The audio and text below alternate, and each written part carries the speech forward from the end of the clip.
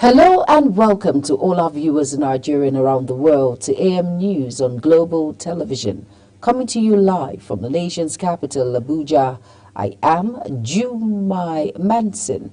A quick reminder that Global Television is on DSTV channel 365 and Star Times channel 276. You can download the Global TV Nigeria mobile app for Android and iOS devices to keep track of our broadcast. Now the news info. President Bola Tinubu has called on residents of the Federal Capital Territory to take care of government infrastructure. The president, who was represented by the Speaker, House of Representatives, Tajuddin Abbas, made this call while commissioning the Giri Access Road project. Our FCT correspondent, Godwin Sunday, has more. Speaking at the commissioning, President Bola Tinubu, represented by the Speaker of the House of Representatives, Honorable Tajuddin Abbas, emphasized that the access road will not only enhance connectivity to the EFCC Academy, but also contribute to the overall development of the Giri axis, boosting economic activities and reducing travel time for commuters. He reiterated his administration's commitment to improving critical infrastructure that supports national institutions. These newly constructed access roads are not just infrastructural achievements. They are statements of intent, the intention to open up Giri District and the FCT. They show that under this administration, no community is too small, area too distant, citizen too insignificant to benefit from the dividends of democracy. While speaking on the impact of the project, the FCT Minister, Barrister Nyesom Wike, thanked President Bola Tinubu while emphasizing that the access road will not only enhance connectivity to the EFCC Academy, but also contribute to the overall development of the Giri axis. It, of course, has to be developed like other districts.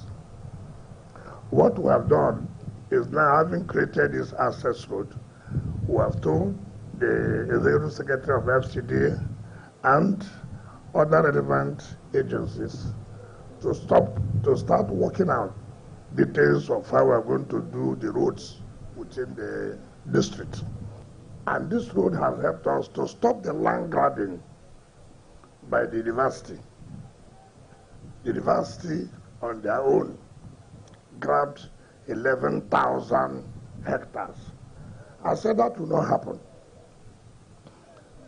Officials of the Federal Capital Development Authorities, representatives of the Economic and Financial Crimes Commission, EFCC, well-wishers and stakeholders in the construction sector were present to witness the commissioning of the 3-kilometer access road linking the Bill Clinton interchange on the Airport Expressway, Giri District, Abuja. Godwin Sunday, reporting for Global Television. The persistent increase in the price of premium motor spirit, popularly called petrol, is taking a heavy toll on Nigerian residents in Abuja as transport costs continue to soar across the country's capital. Commuters, drivers and small business owners say the high cost of petrol is disrupting daily routines and stretching household budgets to the limit. Kabir Hassan reports.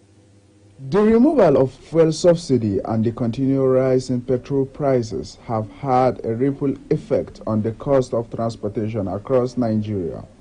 Commuters at major parks and residents say fares have more than doubled, with many now working long distance or cutting down on their daily movements. Every day petrol going up, and then even food price, and then the problem of this country is petrol. Anytime that petrol go up, everything will go high.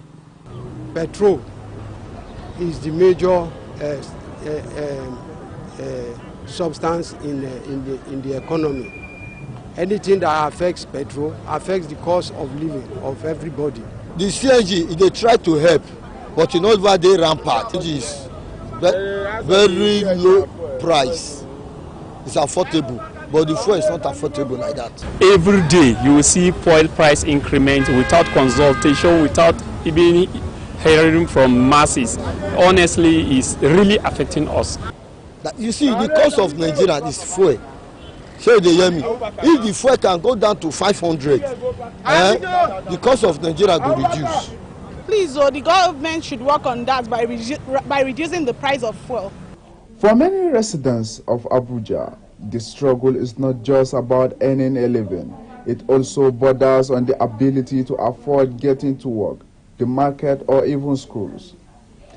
As fuel prices remains high and fares follow suit, the hopes for many Nigerians is a lasting solution that eases the pressure on everyday citizens. Kabir Hassan reporting for Global TV News. Governor Hope Uzodinma has sworn in 24 new permanent secretaries in the Imo State Civil Service with a change to reposition the state's ministries for better service delivery. Our correspondent Amarachi Ibe tells us more. The State of the State Address is an annual constitutional duty of the governor, providing a comprehensive update on governance. This year's address was delivered with a strong focus on infrastructure renewal, economic reform, and inclusive growth. In his address, Governor Uzodinma said the administration has completed the flag-off of several strategic road projects across all senatorial zones, including Rural Access Road, aimed at boosting commerce and agriculture. We legalized the Owerri Olu and the Owerri Okigwe Road to the MCC Toronto-Ota corridor. This administration has shown that government can indeed be responsive to the people's needs. The governor also highlighted ongoing work on the dredging of Oguta Lake and the Orashi River, a major project aimed at linking Imo to the Atlantic and opening up new opportunities in transport and trade. Beyond physical infrastructure, Governor Uzodinma emphasized youth empowerment through digital training program and agricultural enterprise development, noting that over 3,000 young people have benefited from it since inception. Ways, we have repaired the previously moribund pontoon, MV Orash at Oguta Lake, and today, Imo State operates two functional pontoons, MV Orash and MV Obana. In his remarks, the Speaker of the House, Right Honorable Chiko Olembe, commended the governor's leadership and pledged legislative backing to sustain the momentum. Under your leadership, the energy sector has recorded notable advantage, including the establishment of the Imo State Electricity Regulatory Commission, ORAS. The highlight of the event was the passing of votes of confidence on Governor Hope Uzodinma and the endorsement of President Bola Tinubu for a second-term bid by the Imo State House of Assembly, with many hailing Governor Uzodinma's developmental efforts as a model of progressive governance. Everybody has seen it.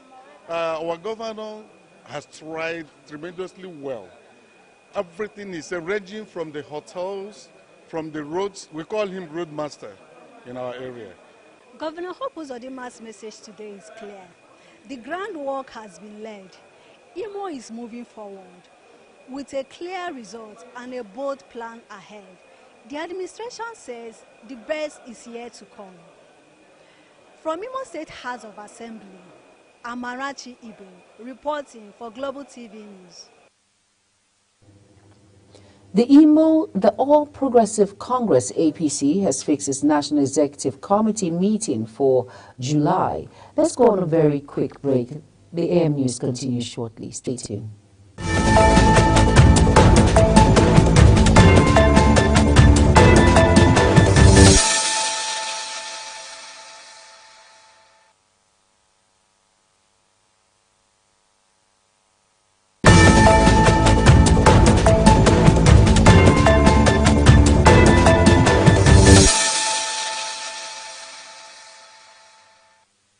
Do you know that global television can be watched in Nigeria and all over the world? Download the Global TV Nigerian mobile app for Android and iOS devices to watch global television real-time from around the world. What are you waiting for? Start downloading and stay connected to global television.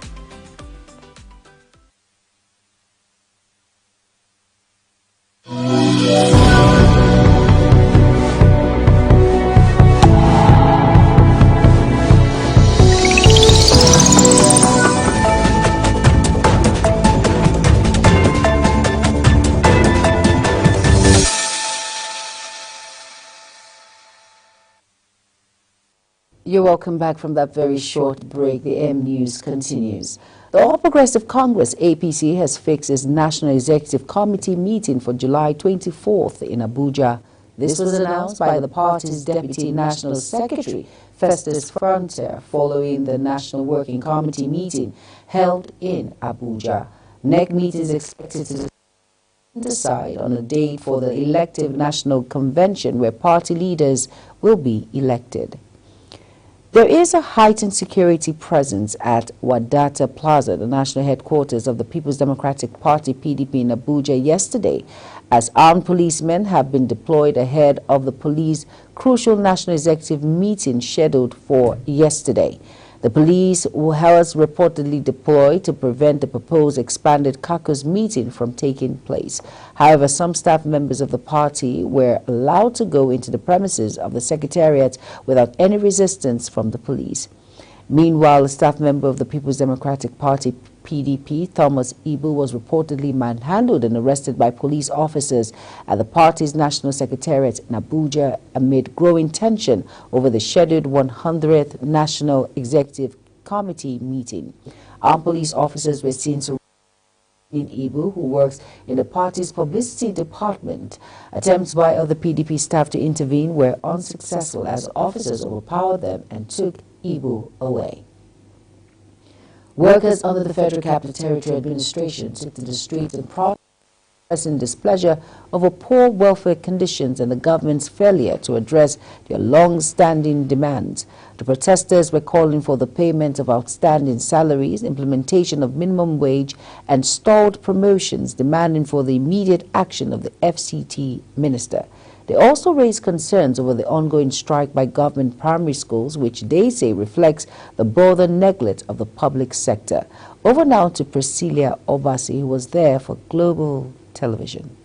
Standing in unison and holding placards, the FCT workers are gathered here in protest, voicing their frustrations over months of unpaid salaries, delayed promotion, poor welfare, ongoing strike in government-owned primary schools, and the non-implementation of minimum wage, they say, reflects a larger failure in the system. Global Television is here to listen to the plea of these workers, to understand their plight, and know what will come out of this protest. Here's what they have to say. Slave us before we regretted having him as a minister in FCT. When he come, we think it go better. We think things go better. But we never knew the reverse is the case. It's our health. Even when we go to national health insurance and hospitals, we can't access good drugs to take as staff. Our transport system is not even enough.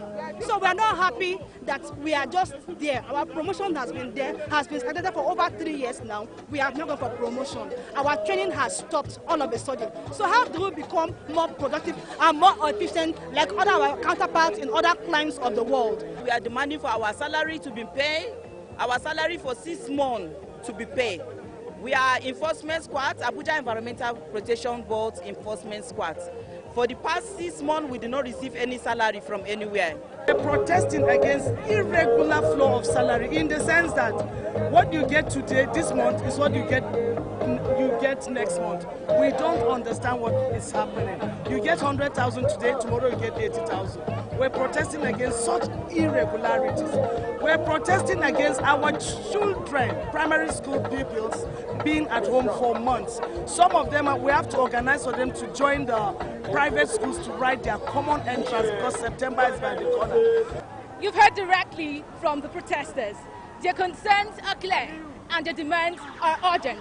As the demonstration continues, the workers say they will not back down until the government takes concrete steps to attend to their matter. From Global Television, I am Priscilla Obasi. Styrofoam containers appear to be making a comeback in Lagos despite the state government's enforcement of a ban on their use and distribution which began a year ago. The Lagos state government, through the Ministry of Environment and Water Resources, had confiscated Styrofoam's products found in shops across the state during the initial phase of enforcement. The ban, introduced in January 2024, was part of efforts to curb the environment damage caused by single-use plastics, including non-gradable polyethylene foam, commonly known as styrofoams.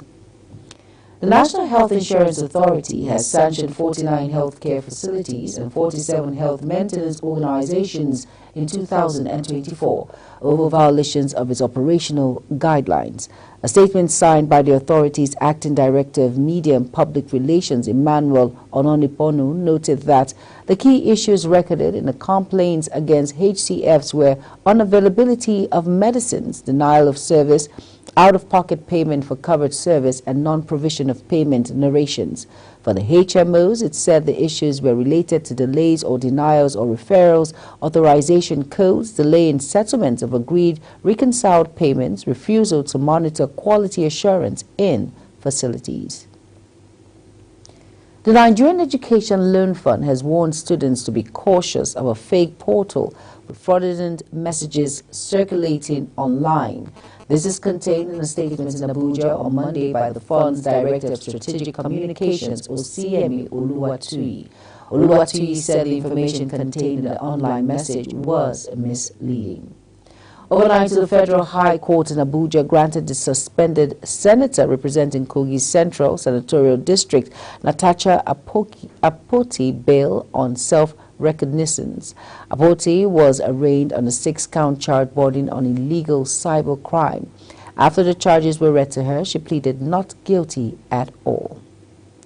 The governor of Kano State, Abba Kabir Yusuf, led a delegation to the funeral rites of the late business mogul and elder statesman Aminu Dantata in Medina, Saudi Arabia.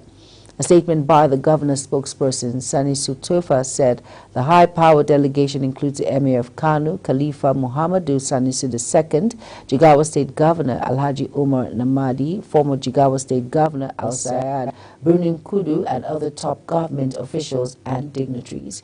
Dandata is renowned philanthropist and industrialist, died in the early hours of Saturday in Abu Dhabi, United Arab Emirates, where he had spent his final days. Presidential candidate of the Labour Party in the 2023 election, Peter Obi, has confirmed he will contest the 2027 presidential election. Obi noted that he is willing to serve a single 4-year term if elected. He made the declaration while speaking during a live session on X Spaces, where he answered questions from supporters both in Nigeria and abroad. The National Association of Nigerian Students has announced plans to stage a mass protest on Wednesday, July 2nd, 2025, over the continued closure of public primary schools in the Federal Capital Territory. The student body described the situation as unacceptable and a grave injustice to the Nigerian child. The association had issued a 7-day ultimatum to the Minister of the Federal Capital Territory, Nyesom Wike, to reopen public primary schools in Abuja following the continued closure of schools for over 2 months due to unresolved issues between the FCT administration and the local government education authorities. Tensions has gripped communities in Guma local government area of Benue State following a fresh attack by suspected armed herders that claimed the lives of 4 mobile police officers. The coordinated assault, which reportedly started in Asha community, where the attackers fired sporadically, forced residents to flee into nearby bushes for safety. The violence quickly spread towards Ortise, a settlement hosting thousands of internally displaced persons. Details have emerged on how notorious bandit kingpin Kachala Yellow Kolo died the weekend in Zamfara State after an earlier gun battle with Shinkafi volunteer forces in the state. Dan Bokolo's death is widely celebrated in Zamfara State and many parts of the northwest states, as many locals known him as the most dreaded bandit in the zone. Even more dangerous than his cousin, Bello Tarje, whom they described as a mere spokesperson. It was reported that Dan Bakolo and more than 173 bandits were killed after blustering surprise attacks by the volunteer forces. You are watching the live broadcast of AM News. When AM News returns, Tinubu empowers Infrastructure Concession Regulatory Commission to approve public-private partnership projects on the 20 billion naira without Federal Executive Council approval. Details coming shortly, plus foreign and sports stories on the other side of this break. Please stay with us. Do you know that global television can be watched in Nigeria and all over the world? Download the Global TV Nigerian mobile app for Android and iOS devices to watch global television real-time from around the world. What are you waiting for? Start downloading and stay connected to Global Television.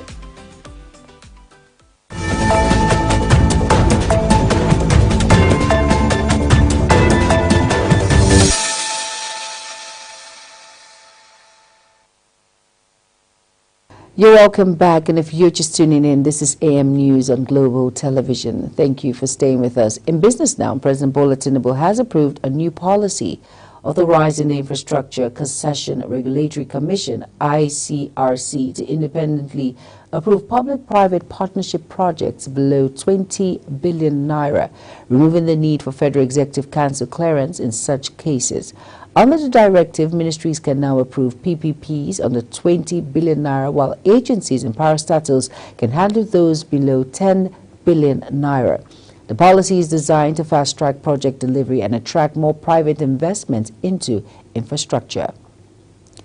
Nigerian promissory notes fell by 15.6% quarter-on-quarter between December 2024 and March 2025. According to the Debt Management Office, DMO says the notes fell from 1.542 trillion naira to 1.301 trillion naira, reflecting the recent federal government's effort to settle verified obligations and improve confidence among key stakeholders in the economy. DMO data further stated that it is also represents a 17.1% decrease year-on-year from March 2024 to March 2025. China has lifted a ban on seafood imports for most regions of Japan, partially mending a year-long dispute over Tokyo's handling of nuclear wastewater. China and Japan are key trading partners, but increased frictions over territorial rivalries and military spending has frayed ties in recent years. Japan's brutal occupation of parts of China before and during World War II remains a score point, with Beijing accusing Tokyo of failing to atone for its past. Asian equities mostly rose on Monday following a record-breaking day on Wall Street as investors kept tabs on countries' effort to strike trade deals with the United States before a key deadline next week. And the dollar weakened on growing expectations for more than interest rate cuts, while eyes were on Donald Trump's signature tax courting bill, now itching towards a Senate vote that, with some experts warn, could add trillions of dollars to the national debt. Officials from Japan and India extended their stay in Washington to continue talks, raising hopes for agreement with two of the world's biggest economies. And on the foreign news now, United Nations Secretary General Antonio Guterres has urged the world to ensure prompt increase in resource allocation.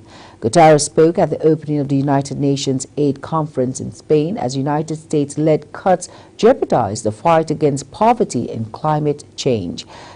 Moving on now, the United Nations Conference aiming to rally fresh supporters for development aid began in Spain on Monday with the sector in crisis as United States-led funding cuts jeopardize the fighting against poverty.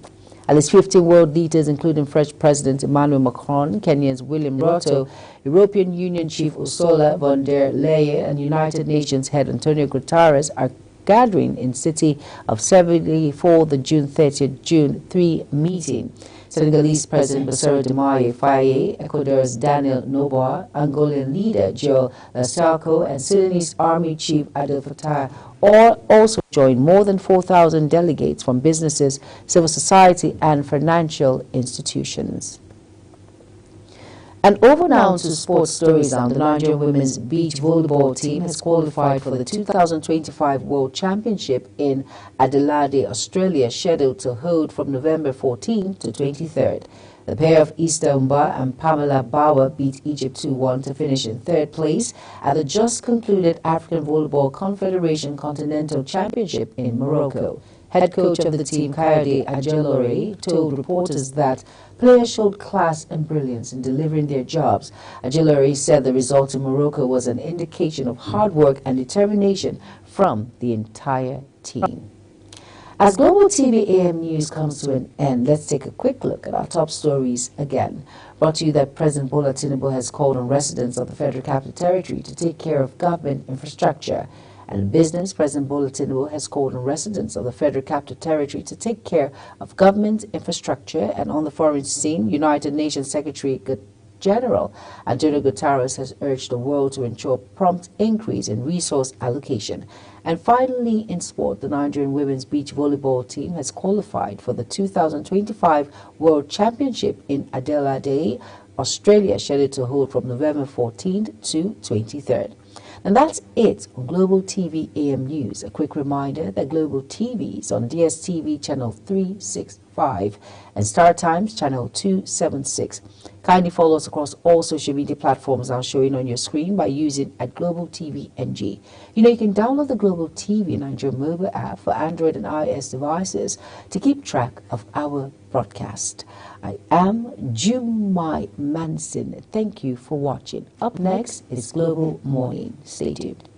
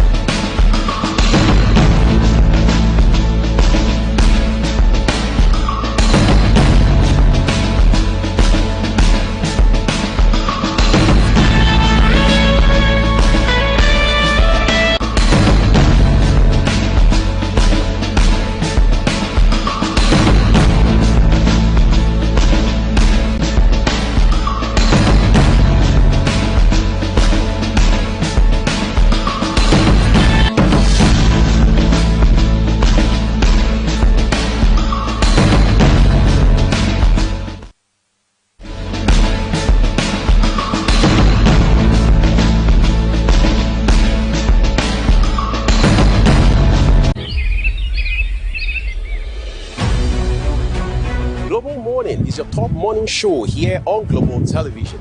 We bring you fresh news updates daily while delving into a variety of current affairs and topics. And at the same time, keeping you well informed about important events, both national and international. Global Morning serves as a valuable source of information, helping viewers like you start your day well informed. Stay connected from Monday through Sunday to a wide range of latest news making rounds on Global Morning. We're on the road to protest. And the president meets all of our demands.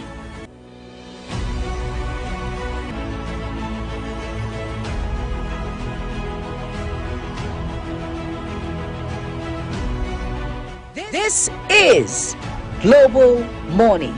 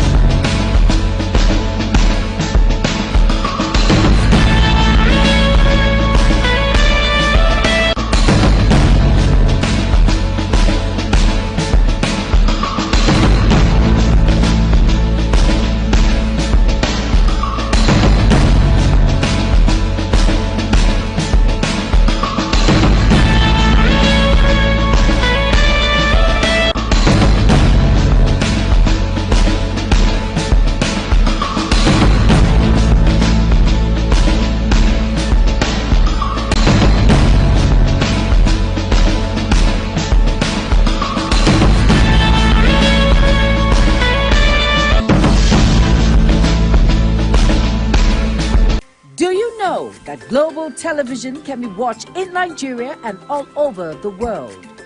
Download the Global TV Nigerian mobile app for Android and iOS devices to watch Global Television real-time from around the world. What are you waiting for? Start downloading and stay connected to Global Television.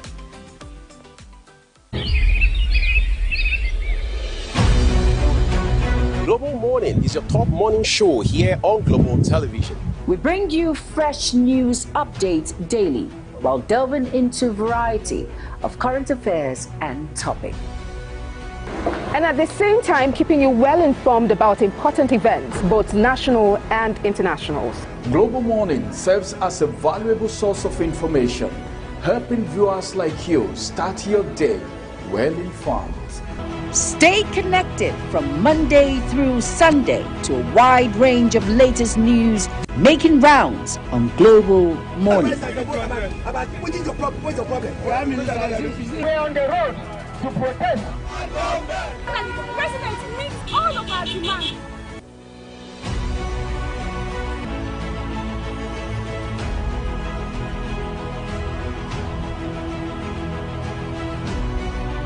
This is Global Morning.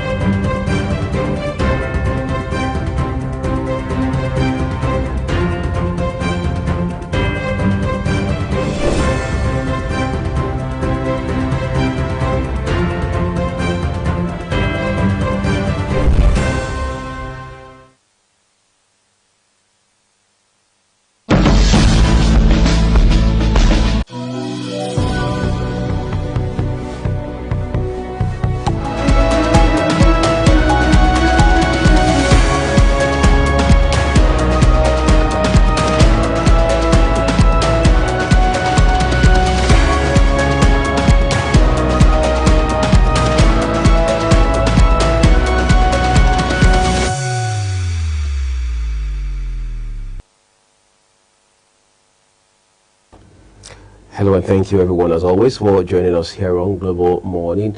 It's always a delight to know that you have made that very important decision to be part of Global Morning. I'm Oyi Agmofwegwe, and my colleague who brings color and spark to the program every other day. Oh gosh, I'm blushing and this is not loud. How are you doing? Good morning to each and every one of you out there. I am Jumai Manson, and of course my co-host loves to flatter. But it's okay, I think I'm enjoying this amazing compliment. As always. Well, as long as we flatter based on facts. And then that's a flatter, puts a platter in front of you. That works. Really, that works. Right. And by the way, I know you will not want me to say this, but today's your daughter's birthday. Yes, my second daughter. Yes, exactly. Happy birthday to her. Thank you. Just bring our cake. You know how we roll. I hope she doesn't finish it before I get home. I hope not. But it's by wishing her many more years, and it's a beautiful day. It's a rainy day. Funny enough, it's raining outside. In many parts of the city right now. Yes, it is. You see, the other day you and I were here, Jim, and we're talking about the fact that Nigerians need to imbibe the culture of looking at what the weather says, right? For example, the weatherman has said that even up to tomorrow, Wednesday, it's going to be rainy, characterized by thunderstorms and things like that. And we're seeing several advisories being issued to governments. They say, look, airlines and you have drivers. to move people. Exactly. You know, airlines are important. You have to move people in your states, across your states to areas where the flood will pose little or no threat at all and things like that. But again, that's a conversation we'll have in the course of the week. There are those who are now saying that there's much more to controlling flooding than just dishing out advisories. Very What true. more is the Nigerian Meteorological Agency, NIMET, doing? Beyond just saying, well, it's going to rain in Jumai's village tomorrow, it's going to be sunny in Oi's village the next day, and things like that. What is the extra piece, so to speak, that you're bringing? But again,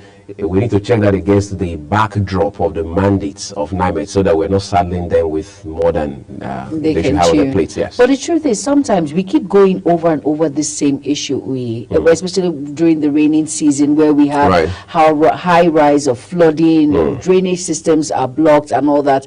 And I feel we do not do enough when it comes to precautionary measures.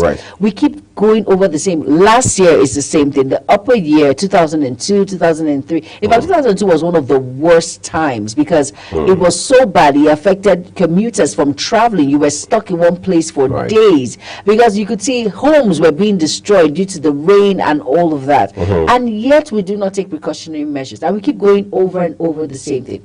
Even if we cannot curb it in such sort of way or handle it in such sort of way, it should be doused. It shouldn't be as much as what we're expecting now. But it's the same old same way. It's worse in places like Niger, it's worse in places like Lagos. You'll be shocked in some areas that do not have drainages. In Port Harcourt, in Bayelsa, in fact, in the village of Odi, it is worse. In fact, the history of what played out a year ago, is still there. Houses are not back to how it was back in the day due to the fact that there was that submerge of rain and all of that. And in some parts of Abuja also. So I think it's all about going out and saying, be careful and all of that. What are the precautionary measures? What are the awareness that have been put in place for individuals to follow suit and know that, hey, all right, it's going to rain so much. Let me try and do this and do that so it will not be as bad as losing a life or properties and all of that encompassed. I think I like how you ended it, because what I like is in the end, it's not just about the body of water that we call flood or flooding. It is about the loss that we incur on account of this phenomenon. Yes, we can say it's an act of God, call it whatever name it is. But then what happens ultimately is people lose their lives, properties worth billions in most cases. For perspective, for example, look at what happened the other time in Borno State, Maiduguri, of all places, for example, so flooded that it became the biggest disaster yet at that point. The biggest families. Exactly. Look at what happened. I mean, the most recent one, again, just behind our back area in Mokwa, Niger State. Exactly. Yes, we're seeing aid pouring in, we're seeing intervention and all of that. But the ultimate intervention is to find a definitive solution to the problem of flooding. Like we understand. Yes, go ahead. I mean, you should make that point real quick. And then at the same time, like I said, precautionary measures are very important. It's not all about, I know it's good to give advisory measures. Okay, please do not go out, but you have to make that effort. I know it's an act of God, like you mentioned, but as humans, let us just try. We can't just, it's just like when you're having exams and you say, oh God, please help me in the exams, and you do not read. Are you kidding me? If you're not careful, you're going to fail. So you should make that effort as a human being, which is very important. I totally agree with you on that. Well, we'll take a quick break now, so much to talk about ecology and all of the issues around funding initiatives to help curb the adverse impacts of climate change, as we are now saying. But again, that conversation in itself is long drawn out. We're taking a quick break. When we return, Jumai and I will walk you through big stories across our national dailies today.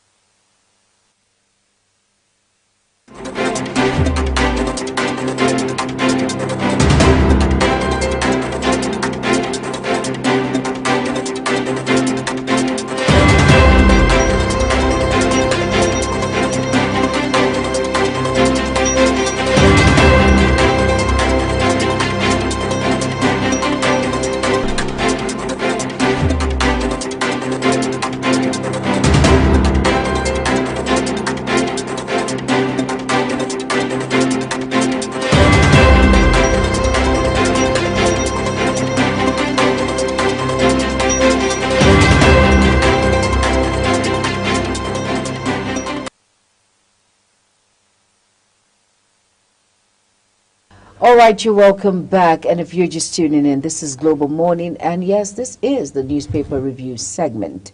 And I will begin with the first paper of the day, the Nigerian Tribune. And above the nameplate, it says, Rivers Reps Committee queries proposed 24 billion naira for CCTV installations, 30 billion naira for proposed of gun boats. And besides the nameplate, it says PDP, NEC meets, reinstates Anyanwu as National Secretary. And you can find that read on page 14. And basically, that is all on the Nigerian Tribune newspaper. Go out and get yourself a copy and be well abreast. And the next paper is The Punch. All right, let's take a look at The Punch for you now, everyone. Quickly here, not much of headlines, as is always the case. I mean, that has been the case in the last few days, but for whatever it's worth, let's see what we've got. All right, we'll begin with the one just above the name masts of the Punch newspaper. It says APC NEC convenes July 24 to decide Gandije's successor. All right, but we have one again just adjacent the nameplate of the Punch today. Emergency rule, Tinubu may restore Fubara, Rivers lawmakers in July. Did I hear you say that's happening real quick? But then, what do you expect? Yesterday, Juma and I spent time here talking about the peace deal between Nyesom Wike, FCT minister, and the suspended governor, Siminalayi Fubara. But maybe that's one of the fallouts of peace. But the star headline here tells us, NEC fallout, worrying PDP blocks reunite for 2027 showdown. Then we have a rider with that headline. Governors Damagun Saraki assert PDP unity, warn APC, Southeast PDP rejects Wike allies return. Well, that's one of the issues we'll be bringing in front of our guests in a bit this morning. Just grab a copy of The Punch, look up details for yourself this morning. We'll move on to the Daily Times, our next port of call. All right, the Daily Times newspaper, and above the nameplate, it says NBRDA DG raises alarm over impending famine, drought threats in Nigeria. And that is on page 11. Nigeria ready to export democracy, technical support to Malawi, Bianca Ojukwu. And that's the beautiful picture of Bianca Ojukwu there. And, of course, below the nameplate, it says, with the star story on page 5, page 11, it says, 2027, I'll be on the ballot, not discussing joint ticket with Atiku Obi, and that's on page 11. And below that, it says, Wike recovers 7,000 hectares from Uni Abuja, slams illegal land grabbing. And that is on page 7. And on page 2 of the Daily Times, it reads, Court grants Natasha Akpoti bail on self-recognition as FG arraigns her. And here it says on page 5, FG delegation visits Dantata family in Medina ahead of burial. And on page 11 of the Daily Times says, Dalore takes over as AG, APC national chairman, presides over NWC meeting. And of course, the writer there says China World Bank emerged top creditors as Nigeria's debt hits 149 trillion naira. And that is on page 13. And those are the big stories on the Daily Times. Go out and get yourself a copy and be well abreast with issues making round. Next, we have the Vanguard. All right, let's take a look at the Vanguard. Well, maybe the Vanguard now is arguably the most loaded newspaper this morning, headline-wise. But we'll begin with the ones here. Let's start with the star headline for you real quick. It says how interests, overlapping roles may undermine new tax regime. Those details are on page 6 of the Guardian newspaper. What more do we have? Obi denies pact with Atiku, backs rotational presidency. How Shetima stoked APC's early NEC meeting. I find those details on news page 4 of today's issue of the Guardian newspaper.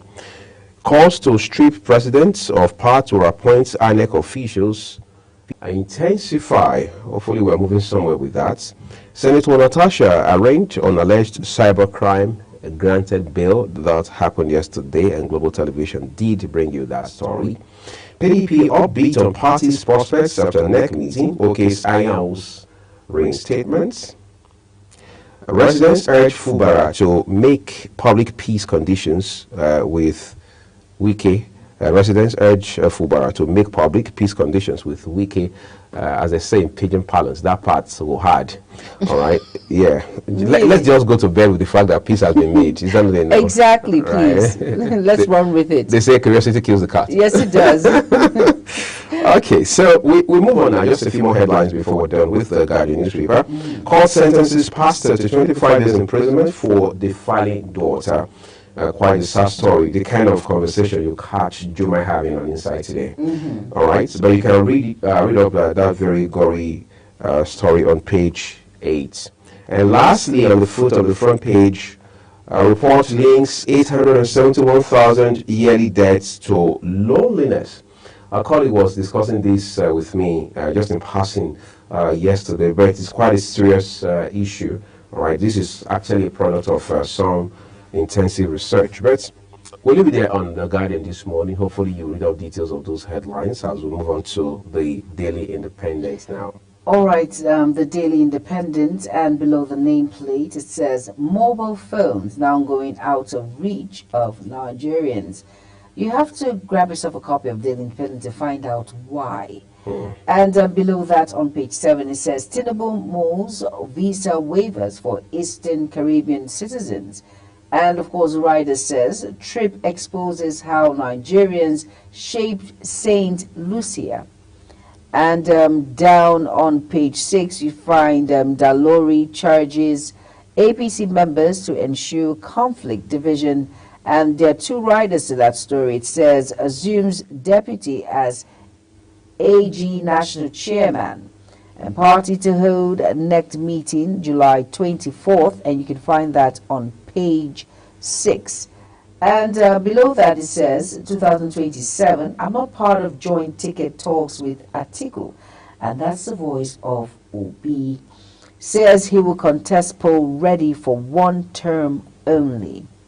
And besides that it says finally PDP, NEC returns Anyau as national scribe. And the writer says fixes NEC meeting for July 23rd. Police stop BOT from holding meeting. Reps query 24 billion naira CCTV allocation for Rivers Government House. And that's on page 29. Below that on page 6 it says 85 senators back creation of a Norma state. And that's on page 6. And basically at the foot of the Daily Independent it says NCAA grants Rano aircraft over engine failure on board smoke. And that's on page 6 of the Daily Independent. Next is the Daily Trust. All right, let's build some more trust now. Turning to the Daily Trust newspaper for you. And right here, the only one, okay, let me see what we have there. Okay, well, it's here just below the nameplates, 2 of them. It says, Treju's ally, Dambo Kolo, 6 bandits commanders, 182 full soldiers killed.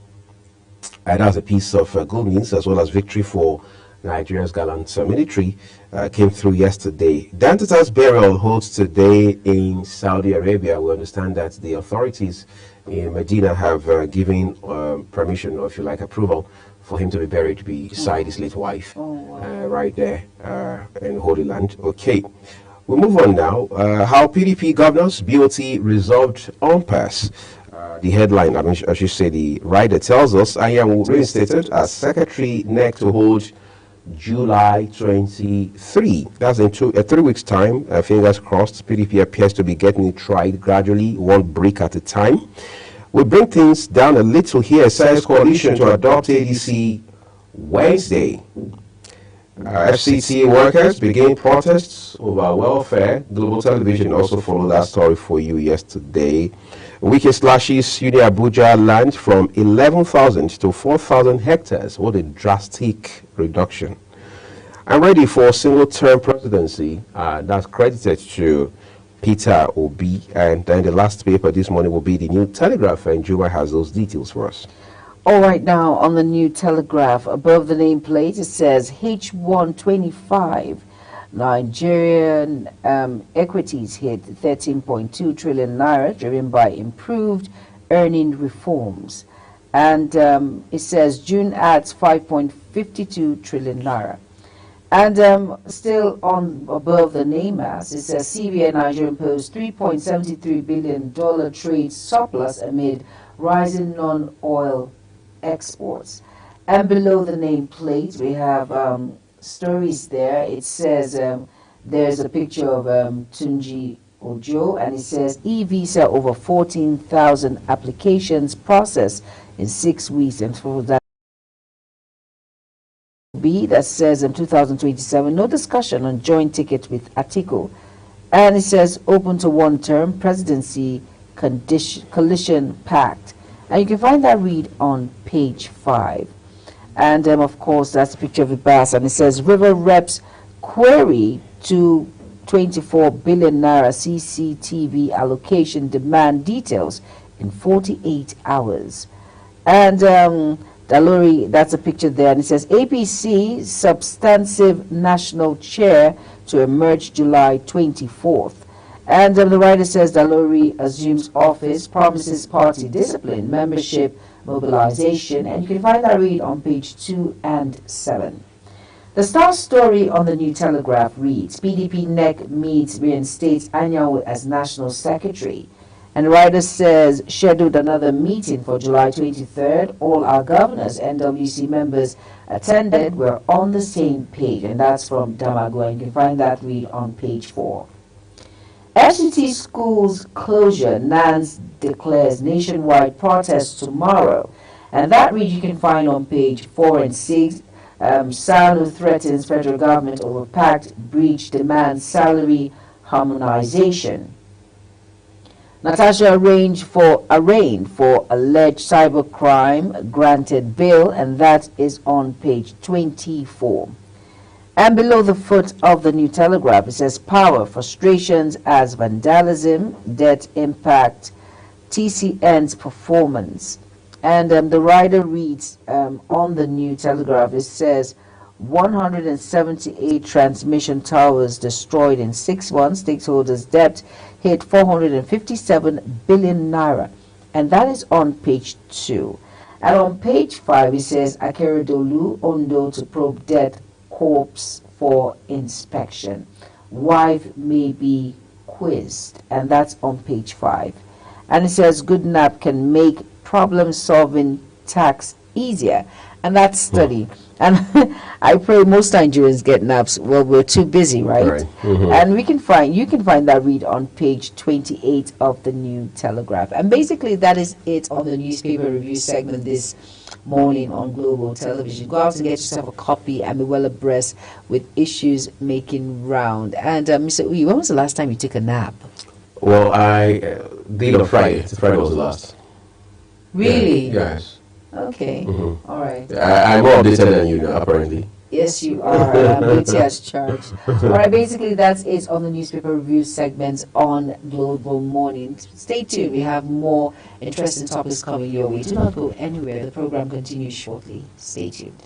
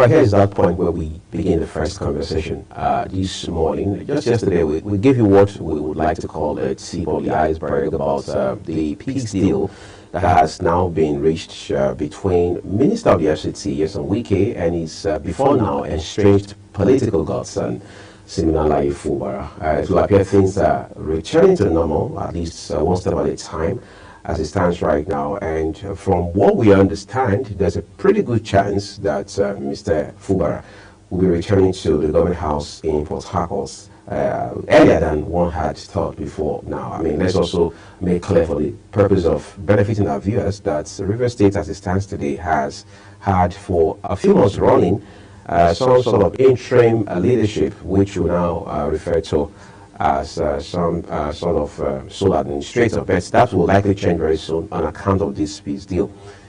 However, what is the implication of all of this for the governors of Rivers State on the one hand, and then for the warring factions? Because let's be clear, there were those who the entire time were on the side of Mr. Fubara. Others were siding with Mr. Wike. But have those factions now also be reconciled beyond the peace that we seem to be finding between Wike and Fubara? We're joined by a gentleman this morning, a political analyst, to help us beat contexts and find perspectives in this regard. That will be Karibi Mina, a political analyst, and he has a handle on many of these developments as they unfold. First of all, I'd like to say a big thank you to you, Karibi, for jumping on the conversation this morning.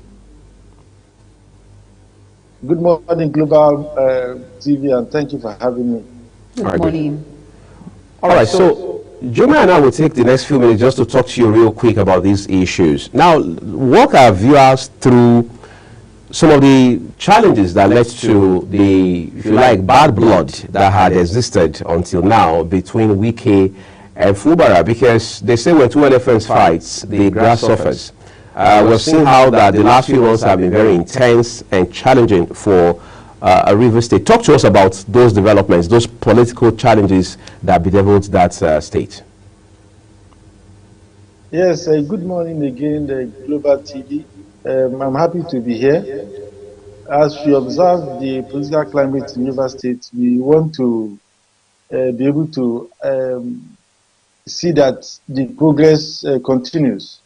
One thing is that there have been war and loggerhead between the Minister of the FCT and the Governor, because in Nigeria here, we know that the Minister of the FCT was very important in making Fubara the Governor. The Governor has acknowledged it even in his last speech. Wike has been drumming it for the past 2 years. We know that after Fubara became governor, there was a lot of infighting and bad blood because Fubara said he was not allowed to work. Wike almost appointed all the commissioners for him, almost all of them. The local governments were still controlled by Wike.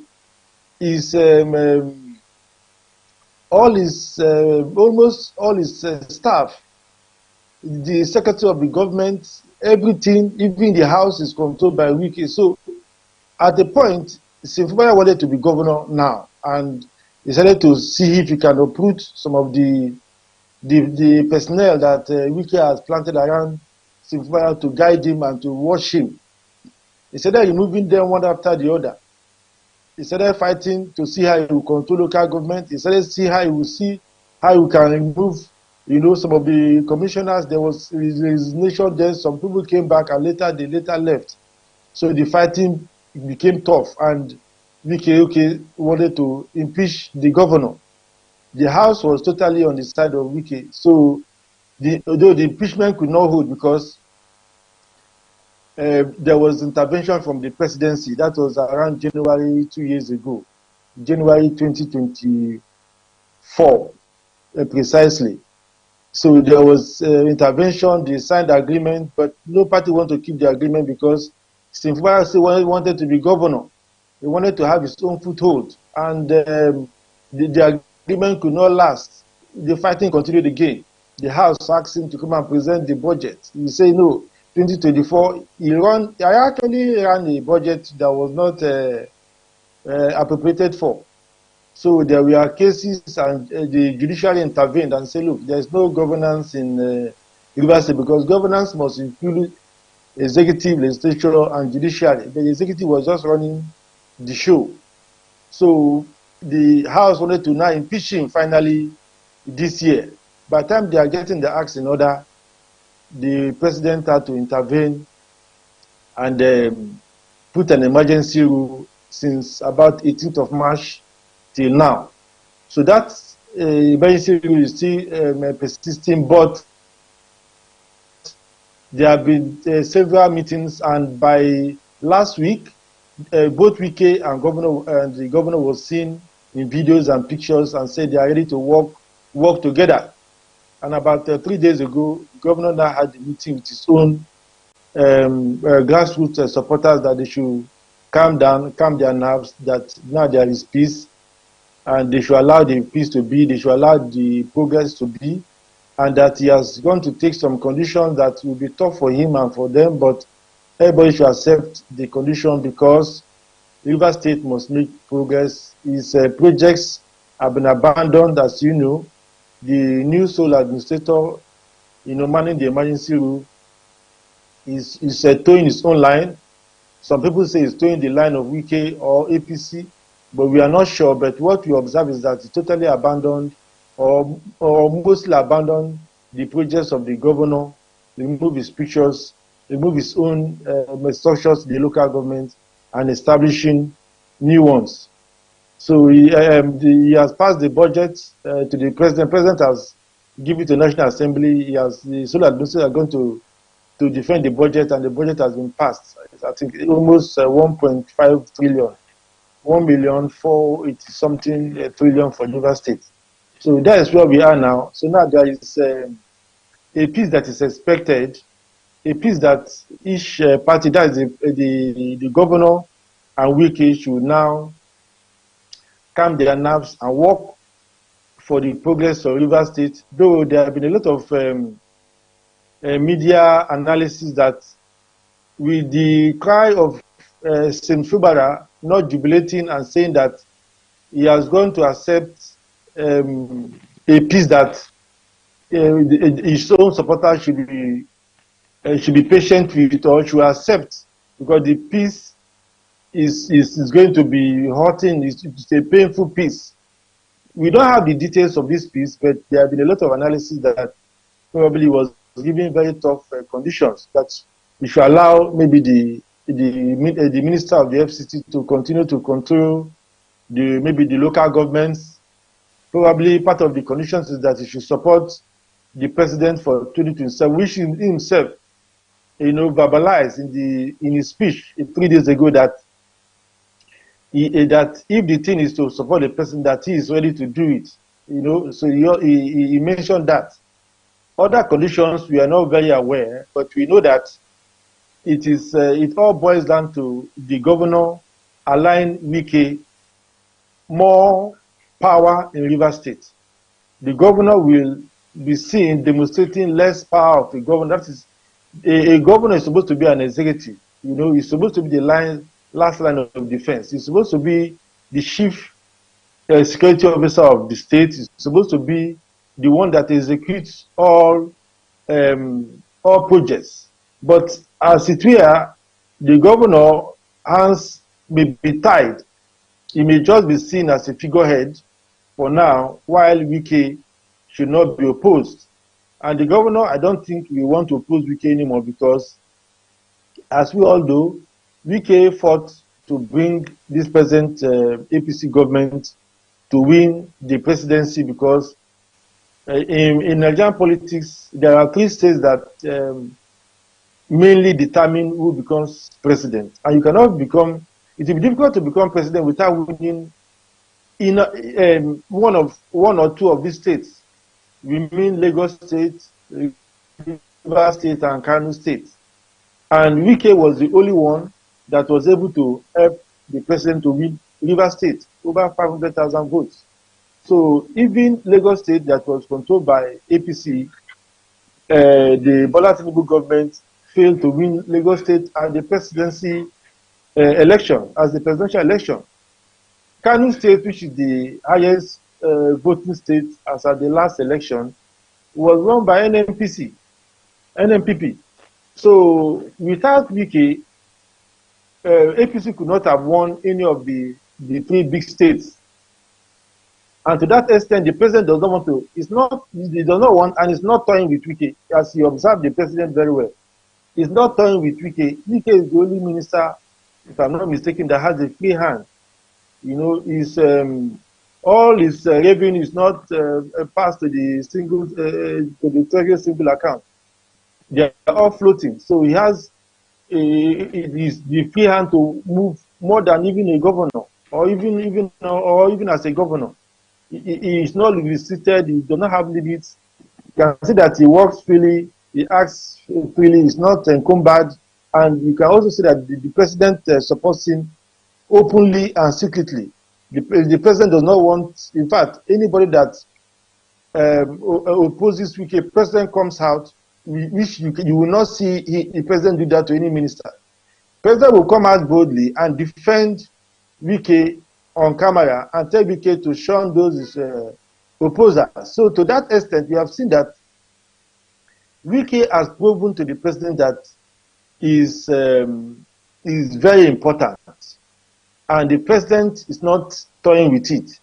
So to that extent, the president will not toy with Wike's stance, Wike's demands, Wike's will and appeal in Rivers State either. If the president needs to, you know,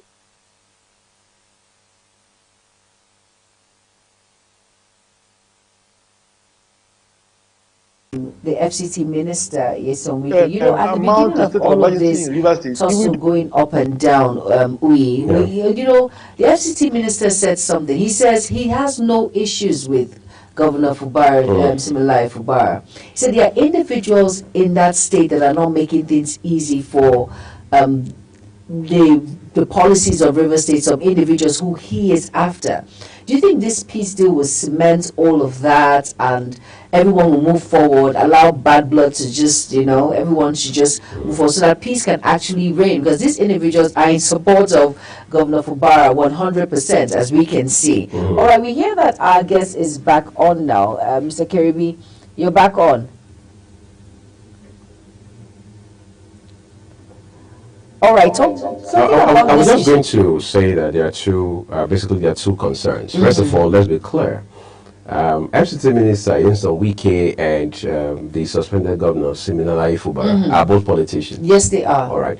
That's number one. Number two is that, whether you like it or not, both of them have now come out to make commitments. That's what I see it as. Because if you come out to say you are resolved, there's no family where there's, I mean, where you don't have some sort of wrangling and internal conflict and what have you, then the PDP family, quote unquote, in River State is no exemption.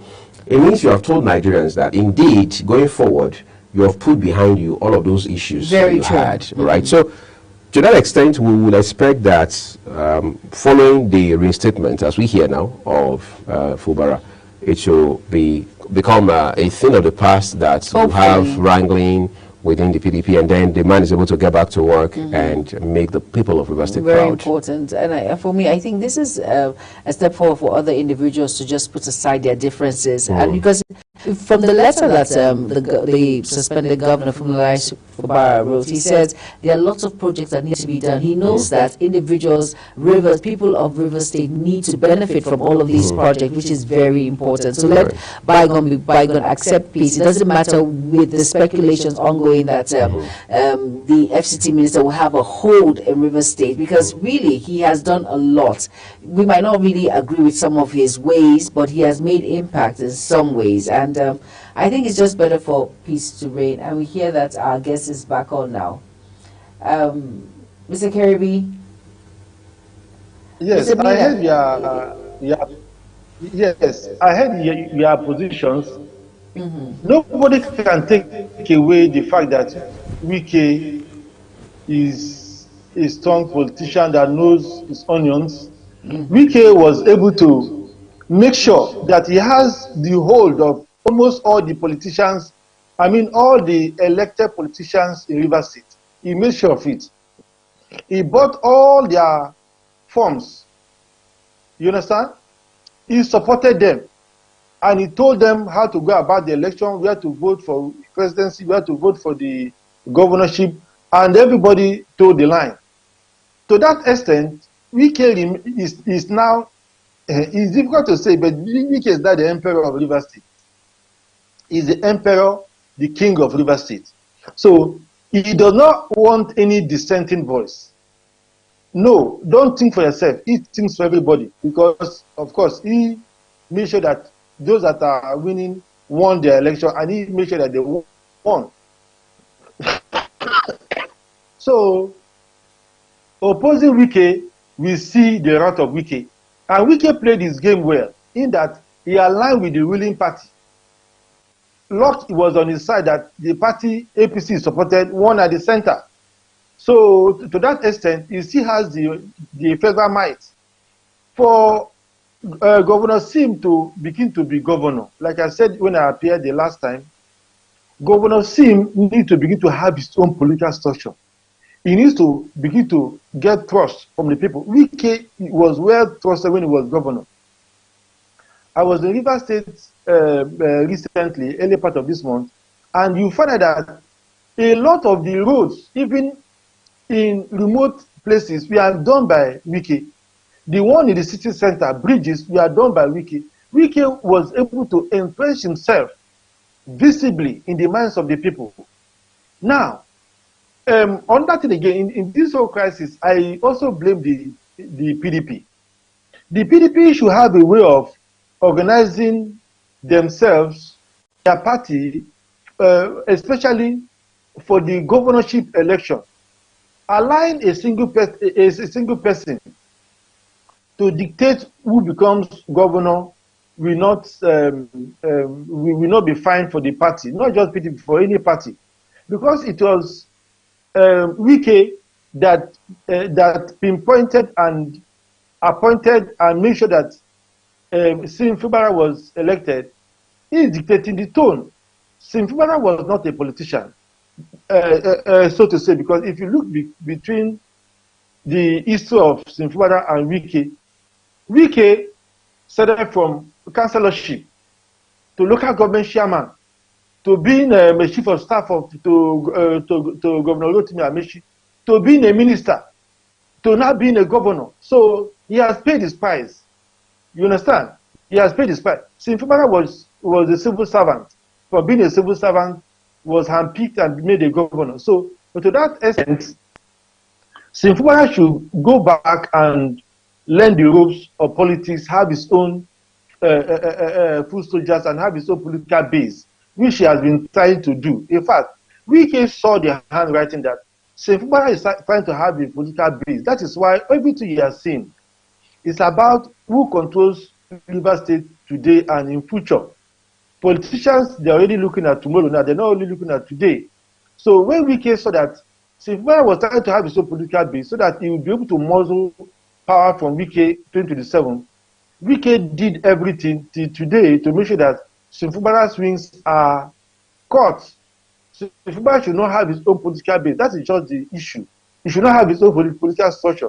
Wike wants to still dictate who becomes governor and who goes to the House of Assembly in Rivers State, who is the chairman or the chairman in 23 local government of Rivers State. That is just what you are saying. So whoever determines this, I will assure you, will control the resources of Rivers State.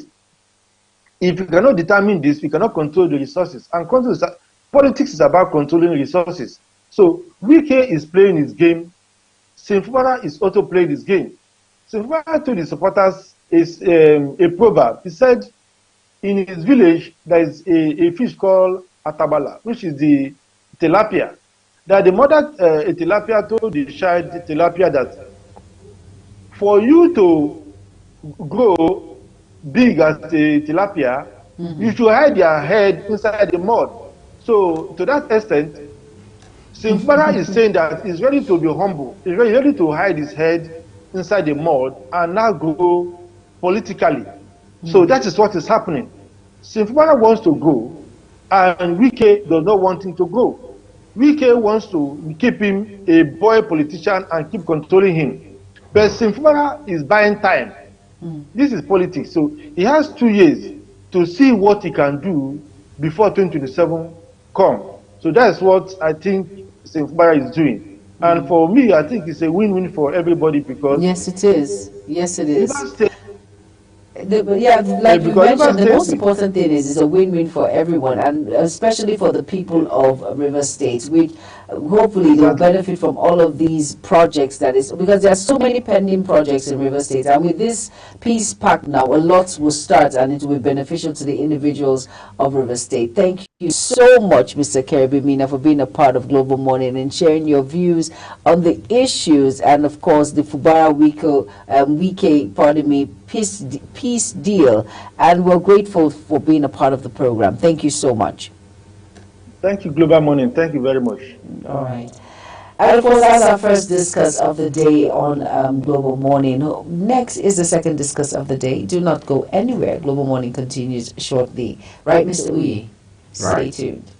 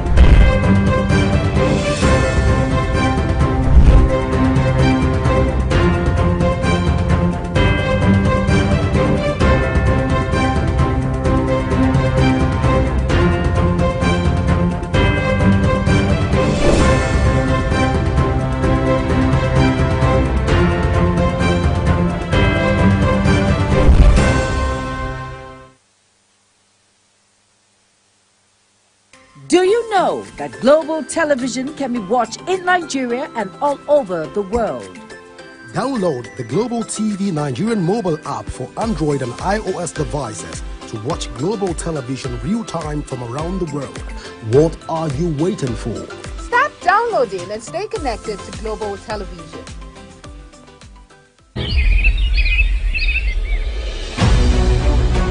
Global Morning is your top morning show here on Global Television. We bring you fresh news updates daily while delving into a variety of current affairs and topics.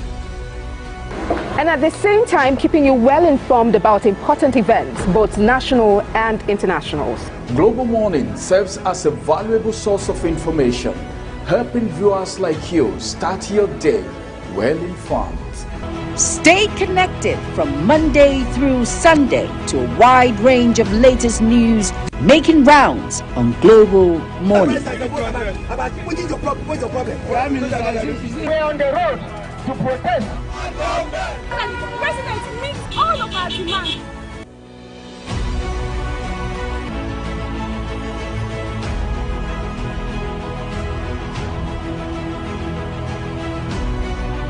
This is Global Morning.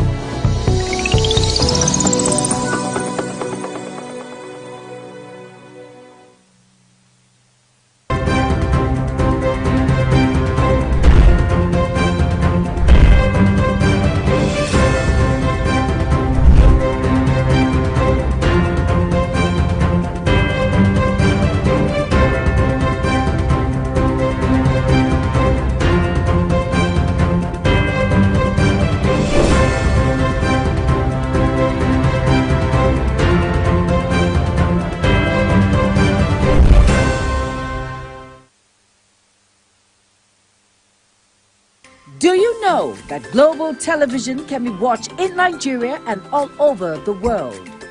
Download the Global TV Nigerian mobile app for Android and iOS devices to watch Global Television real-time from around the world. What are you waiting for? Start downloading and stay connected to Global Television.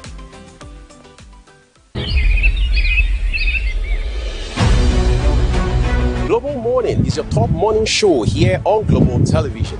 We bring you fresh news updates daily while delving into a variety of current affairs and topics. And at the same time, keeping you well informed about important events, both national and internationals. Global Morning serves as a valuable source of information, helping viewers like you start your day well informed. Stay connected from Monday through Sunday to a wide range of latest news making rounds on Global Morning. We're on the road to protest. And the president meets all of our demands.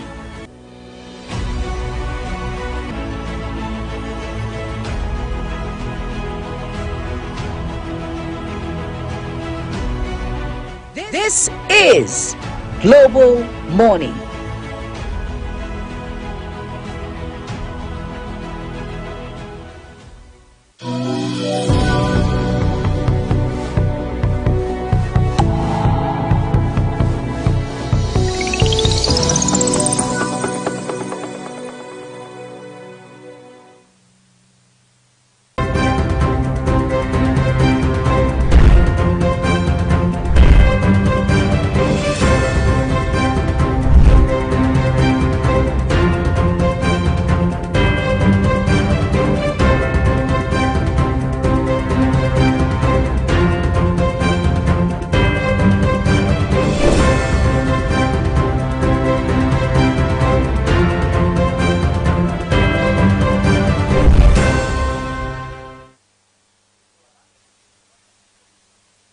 Do you know that Global Television can be watched in Nigeria and all over the world?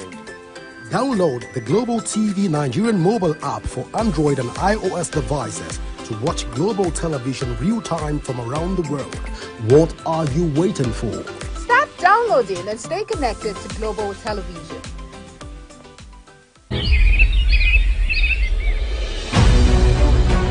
Global Morning is your top morning show here on Global Television.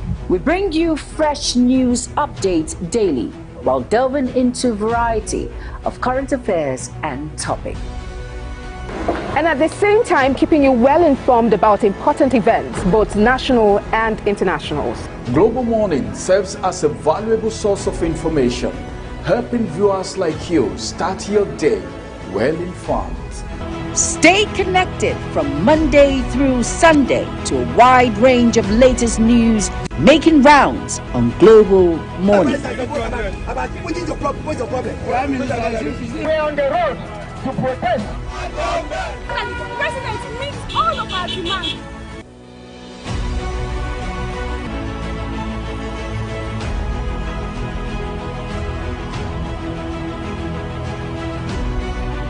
This is Global Morning.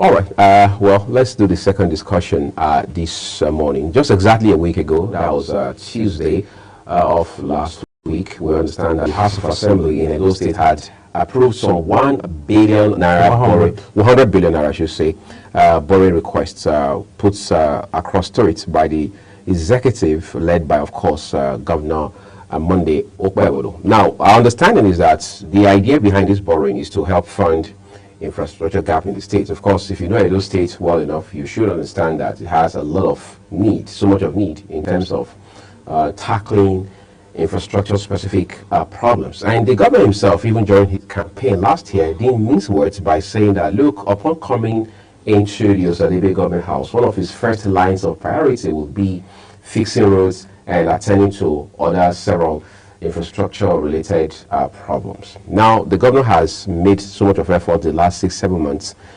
being the chief executive of the state. However, we're seeing so much of backlash against these borrowing, whether it's from the PDP, which is, for want of better words, the lead opposition party in the state, or even civil society organizations who say that this borrowing is not only ill-timed, but it is misaligned in terms of what ideally the priority of the state should be. What exactly are the facts on the ground? Is this borrowing a misplacement of priorities, as is being claimed in some quarters in the state and beyond? I'm joined by a member of the APC this morning who is also a political analyst, Haruna Braimo, to help us find sense in this conversation. Maybe I should have said, hi, Chief Haruna Braimo. But again, you look very amazing on the show this morning. I'd like to say a big thank you to you for coming on. Thank you very much, really. So let's begin from with Edo issues. Now, we have 2 discussions coming this morning, by the way, but let's start with the first. Incidentally, that's your home state. Of course. We have always had issues with governors who borrow. I'm also a staunch supporter of the Okpebolo-led administration. Of course, and that of President Tinubu as well. Absolutely. Right. We have had problems with people. People have had problems with governors who borrow. Yeah. And more importantly, the reasons for which they borrow. Yeah. In the case of former President Buhari, then it was a question of why are you borrowing again and again and again. It was either for a fight against insecurity or it was for infrastructure and so on and so forth. Now, the concern people have is whether or not the borrowing is commensurate with the result that is eventually delivered. Talk to us about this borrowing in the state and what has made it controversial. Yeah, first of all, let me deconstruct some of the deliberately erroneous narrative being peddled across social media and even the mainstream media by some people that we call political bad losers, and even those that you refer to as civil society. I think with all sense of responsibility, they are speaking from point of ignorance. So let me deconstruct these narratives and reposit the whole idea behind the 100 billion rather. First of all, directly or indirectly, it's a loan, one way or the other. But is it really a loan in its own terms or like a bank guarantee? This is an ingenious idea of the governor of the state, Senator Monday Okpebolo. This is a fiscal measure that even some other states in the nearest future will be keen into and learning from, because the governor sitting down to think through that budget releases at every point in time may not be able to actually fund the infrastructural deficits. As at the last count, I think in 2022 or 23, those state infrastructural deficits will go up more than 20 trillion across the sectors. You get my point? Right. And this man came into power and is starting on the trajectory of fixing this physical infrastructure. And how do you quickly provide funding to avoid abandoned projects? And this is where the idea of giving a guaranteed system of funding. Do you understand? Very well. Had arrangement with the First Bank. The governor of Okpebolo-led administration is not telling First Bank, give me 100 billion. It's only guaranteeing 100 billion on behalf of the contractors handling this major project that we are seeing. Who is providing that guarantee? First Bank. The Edo State government is providing like a letter, letter of credit. Letter of credit. Edo State government is guaranteeing to the First Bank that XYZ companies handling XYZ projects can come and be collecting tranches of funds for to ultimately to meet up their to constantly be at work so that they will not be positing of funding of this project. Right. They can easily come to get funding within a particular benchmark as it relates with the cost of each project. You get my So the state government is providing Julius that Berger guarantee. is having a 5 billion project. Julius Berger now realized that at every given point in time, for the project to keep going, We need 500 million every month. They can go to First Bank every month to collect 500 million, for example, for First Bank, with a guarantee from the Edo State government. And Edo State government will, in turn, whenever the budget releases, remember, let me explain something to some of these people or Nigerian people, that there's a difference between budgetary provision and budgetary releases. We are in July today. Today is July 1st. June allocation has not even been arranged, talk less of releases, to all federal allocation through FAC to every state in Nigeria. Right. I think on the 17th or the middle of last month was when May allocation was released to states. Is any state government now going to be owing the state workers or contractors on the ground that the allocation for June, for example, June salary, what will OPE will tell the workers that the June allocation has not come, so he cannot pay, or tell the contractors to avoid this gap in time of provision and budgetary release? He went to create an ingenious way of funding project through fiscal prudency. Right. All he's now doing is whenever the releases come from the federal government, what am I supposed to give to Julius Berger? I pay it to First Bank. How much has Julius Berger or ROCC collected from the bank guarantee fund of 100 billion from First Bank? You calculate, is it commensurate with the project done so far? What is the percentage of job completed? What is the percentage of money collected? Is it commensurate? Then you credit First Bank instead of crediting ROCC or Julius Berger. Do you understand the arrangement? This is not a loan. Obawolo administration did not go to First Bank and say, give me 100 billion. I want to use it to fund infrastructure. It's provided like a bank guarantee that is his undertaking. It's providing guarantee for that bank facility where the bank will be releasing the monies in tranches to the respective contractors handling this project after due diligence and verification of the percentage of job done in these respective project sites. Right. And when the government, Edo State government gets its allocation and it wants to pay, because the project need to run on time. The project cannot stop because they have time. Example, the Ramat Park project. If, for example, we said it's going to be 23 months or 2 years, for example, every month, it means every month there is need to be releases. Right. If the FAC allocation and the revenue of the state government is affected or delayed within 1 month or 2 months, that means there will be paucity of funding for such projects. And before you know what is happening, that is how abandoned projects grow up or pile up in Nigeria. The contractor will say, I'm leaving site, I've not been funded for this period. Because the contractor have a timeline to deliver, isn't it? Right. And you also have a timeline of percentage of payments. See, the project is, as at the beginning of every project, OPE says, we give you 25% of your project. So you can go to First Bank and collect your 25%. And when the allocation, it will now be from the budgetary allocation, giving it back to the First Bank. Again, it's still pretty much like, I mean, you are a professional. I just told you, I said it's a loan, it's not a loan. Right. And you explained that it's a guarantee that he went to collect money and be disbursing to contractors. Exactly. So that's the point you want. Yes, that's why I want people to understand. So that this money, they are all tied. That is why, that is the prudence aspect of it. The accountability and the transparency involved should even make us to say, Governor, thank you for this. That's why I say other states in future will be coming to learn this model of project financing. But is it the pioneer of this model already? It might it just tells you. I don't know of any governor that has used this approach. Some use bonds. When they go to the capital market to obtain bonds, even the former administration had to go and guarantee a 17 billion bond for a private company to come and build hotel, Radisson Blue Hotel in Benin. It's on records, you know. But this is not the case.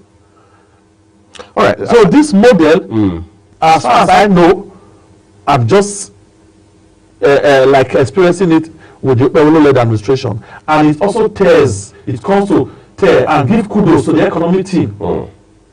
The special advisor on finance, revenue, and investment is doing a lot. Kizito, the Dr. Akerele, the economic team of the government, they must have really come up with some ideas that have led to and the governor, being a listening governor, thinking deep himself, brought about this ingenious project financing model, which instead of us to applaud, you would have just written to the First Bank or get any signed agreement with First Bank without going through the House of Assembly, because on the long run, the financing, the repayment of this money that the First Bank will be releasing to the respective contractor will still be coming through the budget. But we agree that regardless of all the explanation and the appellation we are going to assign to this whole idea, it's a guaranteed loan. Yeah, it's still a loan. That's what I'm saying. Yes, it's a guaranteed loan. But excuse me, this is guaranteed because the government has already tied this project to the respective budgetary allocation. It's just to beat the time so that to stop us. Like you said, yes, there won't be funding gap. Exactly, there won't be funding gap. That is why it's coming through this way. Right. Not that on the long run this loan is going to accrue in our accounts. Like we have a debt stock. Of course, it's not part of. It's not going to be. It's not going to accrue to complicate the debt stock position of those states. For the long run.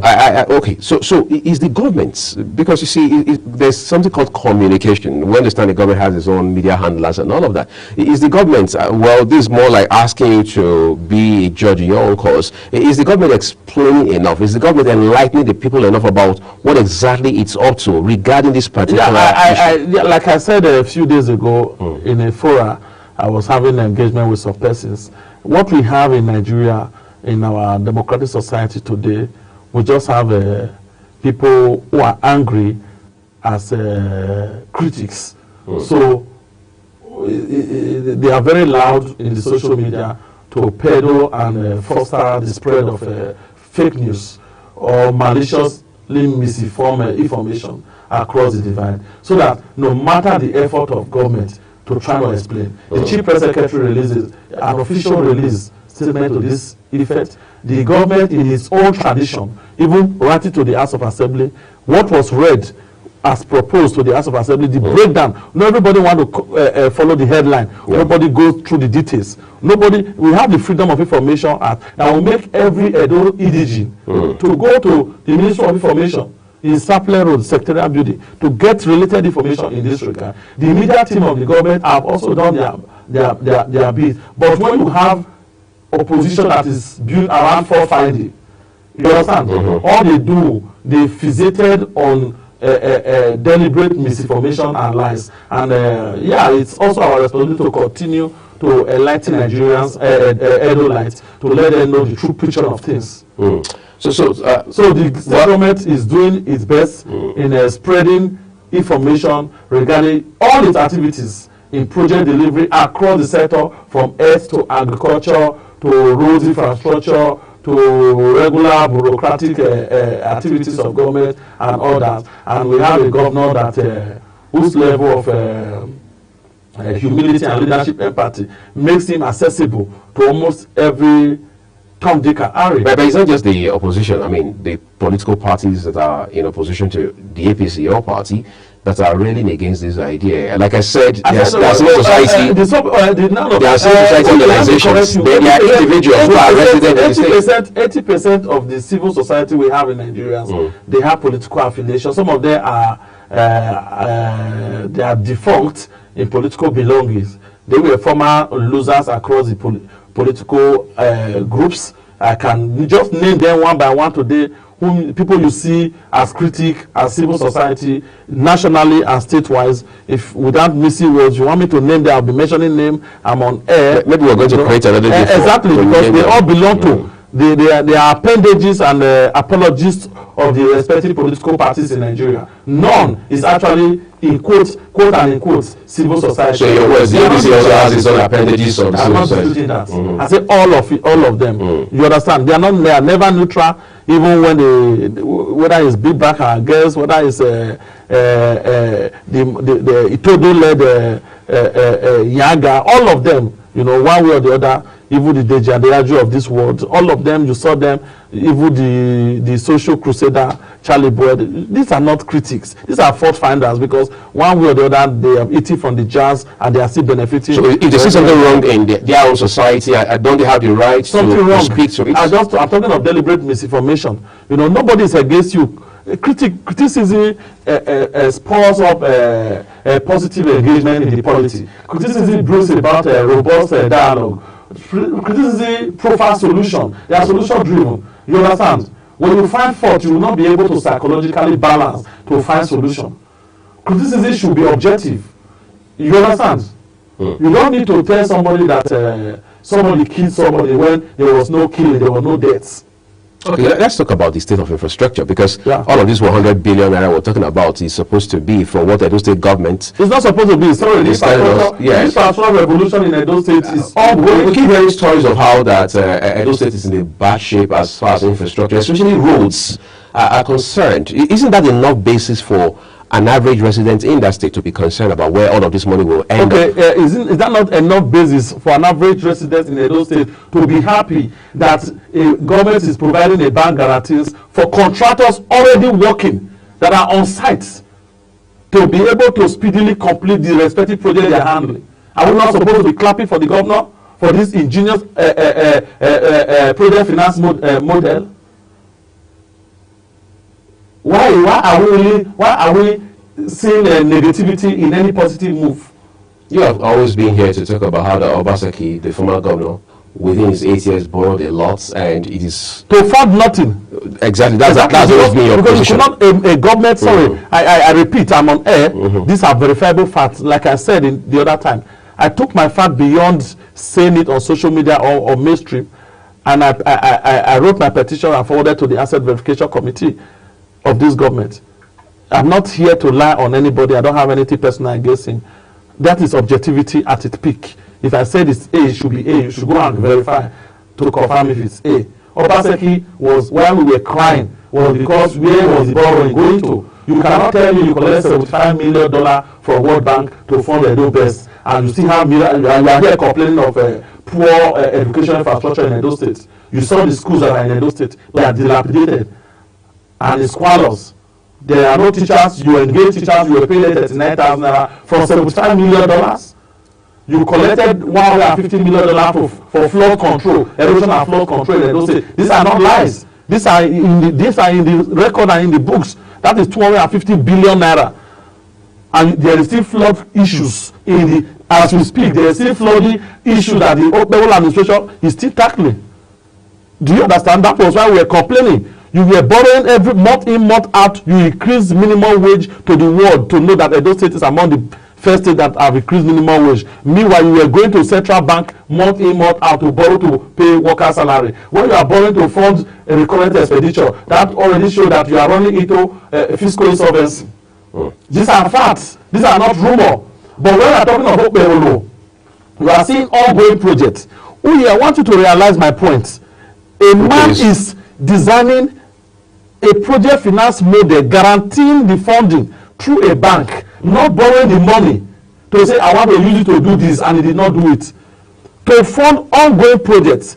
If you are entering Edo State, for example, through the Aduawa Axis, by the time you get to Rama Park, you will see massive infrastructure, the widely celebrated or acclaimed flyover. The beams are already standing, this thing are being hanged. Work is going on day in, day out. Rainy season, dry season, job is going on. If you go to Temboga, you will see, connecting Temboga to Ugbowo, you will see that. Are we going to talk about Ekewa Road that Obaseki could not dualize for 8 years? That is ongoing? Are this project not continue? Are they not ongoing? Is it not borrow money to say I want to use it for this? You go to Edo North, this project we are talking about cut across the 3 senatorial districts. What of the school of nursing that is being built in Edo Central? What of the remodeling of the respective schools by through the Ministry of Education? What are all the UBEC projects that are ongoing? Yet it's absorbing its recruiting workforce without borrowing for central bank to pay their salary. It's absorbing workforce, converting contract workers, hitherto contract workers to regular workers in Edo State. Yet it's not borrowing to pay salary. Maybe it's too early. I mean, this is just the 7th or 8th month in the because if the other government, if he inherited liability more than asset, because a government that was a major problem of the government. Of course, he inherited more liability than asset. A government that inherited a workforce that was contractualized, like outsourced workforce. All the cleaners and artisans within the government house were all on contract. They were outsourced. Most of the recruited teachers in Edo State were outsourced. They were on contract. They were never full civil servants. Is that not? Are they not? And now these are liabilities. Do you know what that means? Every recruitment, he converted their recruitment to pure civil service. That means he's responsible to pay their minimum wage.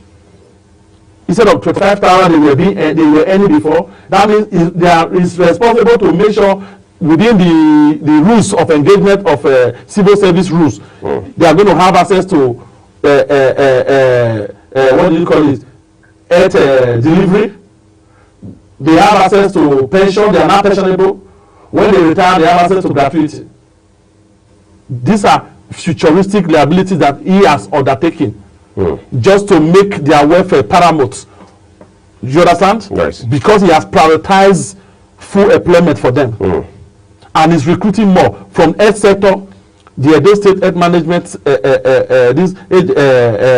board or agency is doing its own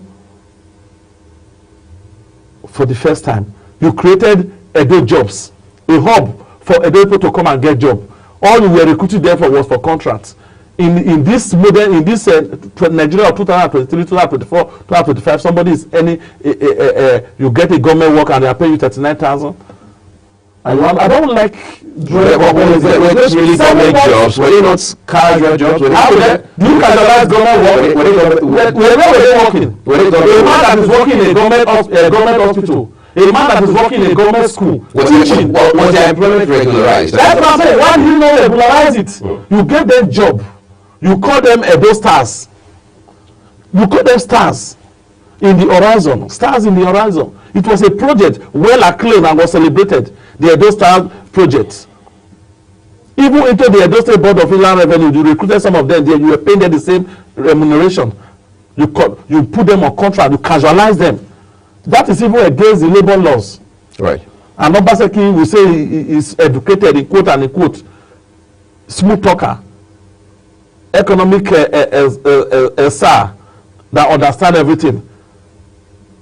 Leadership is about sincerity of purpose. But for the first time, we have a leader in Edo State that knows what leadership is about the people. They say charity begins at home. Just a few weeks, a week or two ago, we saw a video of how that roads around the government house, around the golf course area, were still flooded. What would have thought Governor Okpebholo, given what you have said the last few minutes on the program, would have started his infrastructure development from around there? This act, we have what is called collective measure approach to issues.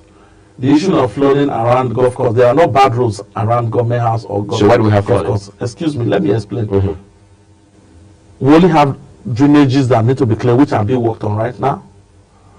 We only have drainage issues around there that need to be either cleared or created to channel some of the flow. Because when it rains heavily, it's rushed down to that particular, you know how the golf course area is. So it does not, it's not that there are bad roads. So should you expect Governor Okpebholo, that need remedial approach.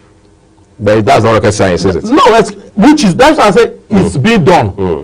So you should abandon the road in Umo there to the former governor's village for more than 100 years. Since Edo become Edo, they never had road to that village. They never had tarred road.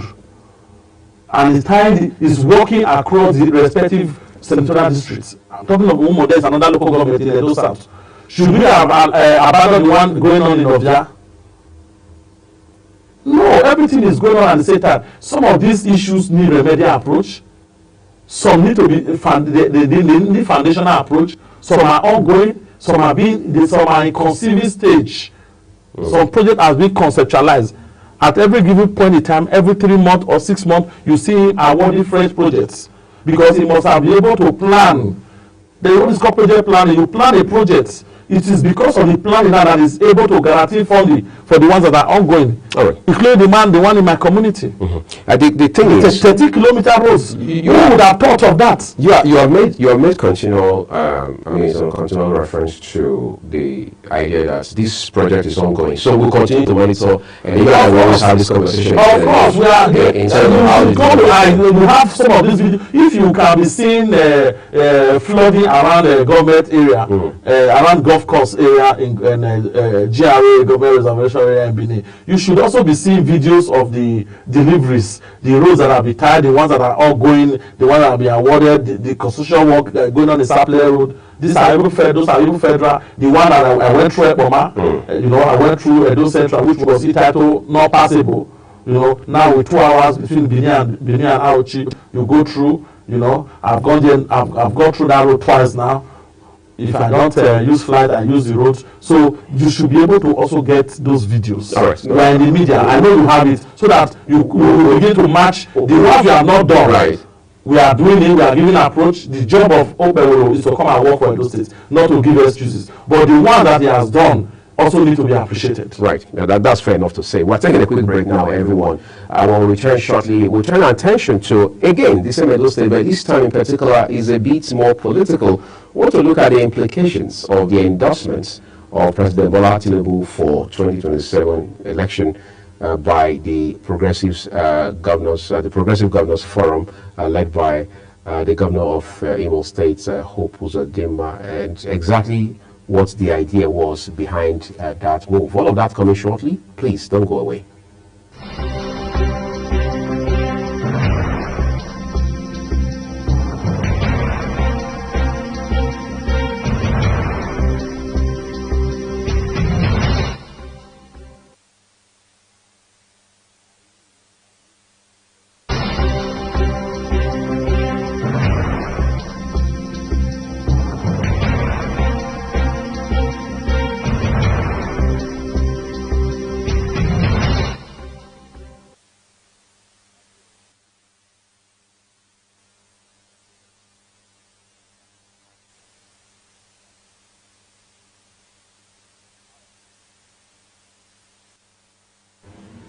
All right, let's turn to our conversation real quick. We have seen a flurry of endorsements of President Tinubu, whether it's individual governors or groups or whatever organ of the political space it is. In fact, you and I know we're saying sitting governors from other political parties move into your party, the APC. But this one in Benin, I mean, you watch the governors, the progressive governors. I was in Benin. Right. I mean, you see all of them in the typical Benin attire and all of that. And one would have thought the last thing, one of the last events you would expect, all through that period would be a unanimous endorsement of President Bola Tinubu. Yes, that was the highlights, like the high points of their visits to Edo State. Talk to us about what that means.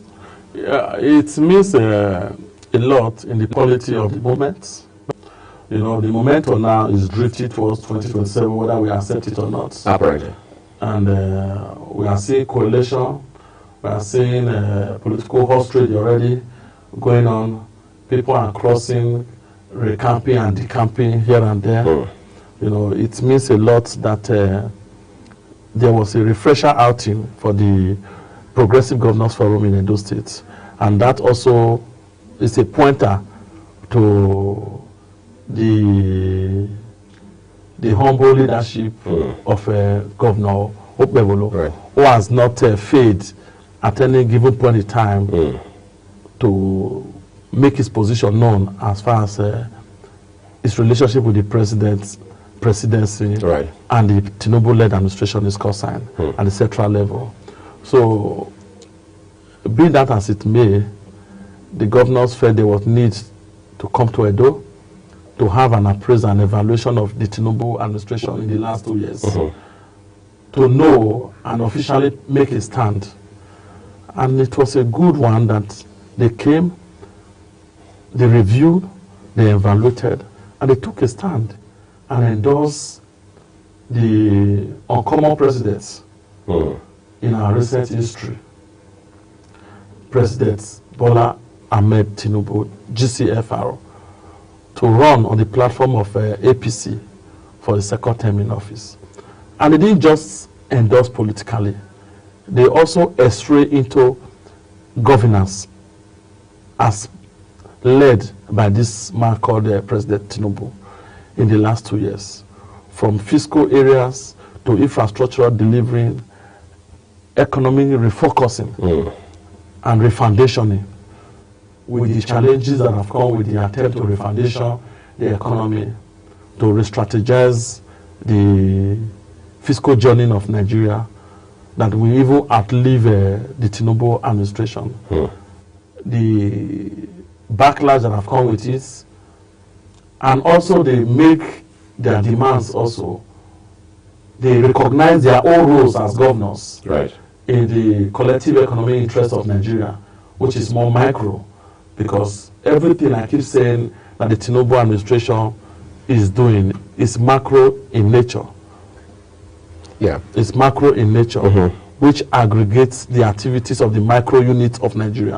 If the macros are not functioning well, which is the states, definitely the aggregation, no matter what you aggregate, the impact will not be felt. So is it correct not to say that the APC is likely, like we saw with one? Let me finish what I'm saying. So they were able to touch all this area to say that to some larger extent, they are collaborating with the central government. They at the unit level, the respective, the micro level of government, and which has also made the macro effort of Tinubu to be sizably okay. You understand? To be good. If the micro were failing, there wouldn't be any positivity in what Tinubu is projecting today, because we're talking about our growth in foreign reserve. We've had almost more than 30% growth in foreign reserve. The ways and means that was running 30-70 trillion as and when it came into power, that was abusively applied, has been corrected and cleared. For the records, to use your words, abusively applied by the government of former President Muhammadu Buhari. No, I'm not disputing that. Yes. Well, we know because Oshomole has also said that it was the government of former President Muhammadu Buhari that printed so much money that drove the economy into the ground. Excuse me. I use the word abusively applied. It was not about the printing. It is the application. Of the why are we praising Okpebholo? Why am I talking positively about Okpebholo? Because it's monetary projects, implementation of what lets your mouth be where your money is. You understand? That's why I use the word abuse. Printing of money was not the problem, but when abused, when the process is abused, it actually led to inflation. Your party, the APC, denied at that time that he never printed money, including the former CBN governor who is now embattled. Even Tinubu, nobody said, even Tinubu, we defended that in economic theory, there is provision for a country to print money to mitigate some exigencies. So why was the APC living in denial the whole time? I just explained something to you. Misapplying. You are leaving that part. Yes, misapplying whatever you have printed. Whatever you have printed across the sector. Who was misapplying it? For example, we knew what is going on with Emefiele. If you can be building more than several thousand houses with waste and means money for your personal consumption, it was Emefiele the president. Misapplying.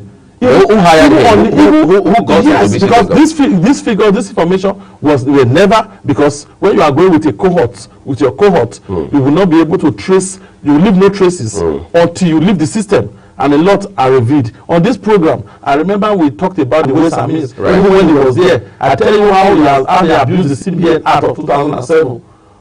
You know, there's a percentage that need to be applied as far as ways and means is concerned. Only if the one you collected before, the one you printed or borrowed before from the CBN is repaid. I explain all this to you, you know. So we're giving all this. We have to give kudos to President Bola Ahmed Tinubu. Like I said in this program, sometimes I think last year, I told you I don't have anything against former President Muhammadu Buhari. You know, because of his approach to governance, we inherited a government of 8 years that experienced more than 2 times recession, and he came out of that recession. It's not because you cannot question why he printed money then. You can only question the applications of the money that was printed and misapplication of the funds. You understand? Okay. So yes, I don't want to go into that. It drove a welfareist economy, created a lot of social investment program that some of us today, or some people will also question its implementation process. Some of its policies and programs have been sustained by this administration. You understand? Some have been remodeled, some have been re-strategized and rejigged to meet the immediate needs of this government. You understand? Right. So the Progressive Governors Forum actually gave a vote of confidence on the president because of what we are experiencing at the national level. For the first time in Nigeria history, we are having a balance of trade in surplus. Our trade was in deficit before. Terms of trade have been deficit over the years. For the first time, we have a president that came and took the bull by the horn to remove subsidy and saving Nigeria about $13 billion in subsidy payments. Between 2027 and 2023, we have spent over $13 billion in subsidy payment, and this government is saving that, which is on the law, which has led to increase in FAC allocation to states. Now see states getting more money. And so you're saying this is part of the basis of which the progressive governors. These are actually the fundamentals. Beyond the stomach infrastructure, beyond the price of rice and beans, which are secondary. These are the basis of how to foundation an economy. An economy that is not foundation on a robust foreign reserve, poor balance of trade, poor balance of payment deficit, huge debt. Now we are having stability. We have reduced our debt for $100 billion. You know where we are now. You know look at our Fitch rating. International monetary organizations that hitherto were rating us in the negative, we are entering the positives. It shows that the economy is in stable hands, and we're now look at our FDIs are increasing, because if the economy is not stable across these basic yardsticks or criteria that measures stability of an economy, no foreign investor will come and invest here. And we are building infrastructure. The same federal government, right now we are having more than 74 ongoing federal infrastructures in Nigeria. Ongoing. That sounds impressive. But I was going to ask you a question. You know, so these are the basis upon which the Progressive Governors Forum have to endorse. There was a year that and this is also the basis upon which those in the opposition. You are seeing governors that are not APC. The likes of Oti, they are not even coming to join. They are saying we will work with you. Whatever you look at it, whichever way you look at it politically, Soludo is not a small meat when it comes to economy, management, and what have you. And in the industry, as far as Nigerian economy is concerned, in the last 25 years or 30 years or more, Soludo has been part of the nexus. Whether as a private citizen before he even became a CBN governor and all that. You understand? Right. For him to, when he come out and make a statement, these people are not speaking from Pluto. They are speaking from reality. Here's the question. You understand? The likes of Alex Oti is a labor governor, LP, belongs to the Obedience Group, one of the most fierce opposition camp in Nigeria. You know, yet he's coming out to say, I am endorsing this man, I'm supporting him because this. What of Enugu state governors? These are governors that are not decamped. Okay. Well, we hear that your party is making efforts to pull in at least 5 more governors. We're not pulling. No. The party is not making efforts. The economy reality. It's comparing them.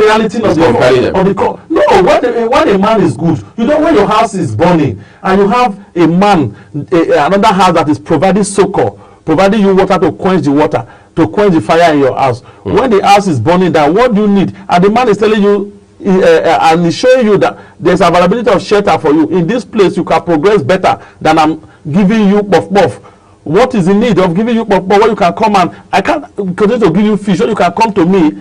Even if come all you that have labor and heavily burdened, you will have rest. Incidentally, it appears the APC, from what you're saying now, is also into fire service. It's not even about the APC. Yes. You have a president that keys into your vision. He aligned. You know, as a governor, you have a vision of where you want your state to be. That's right. And you cannot do it all alone because we are running federalism.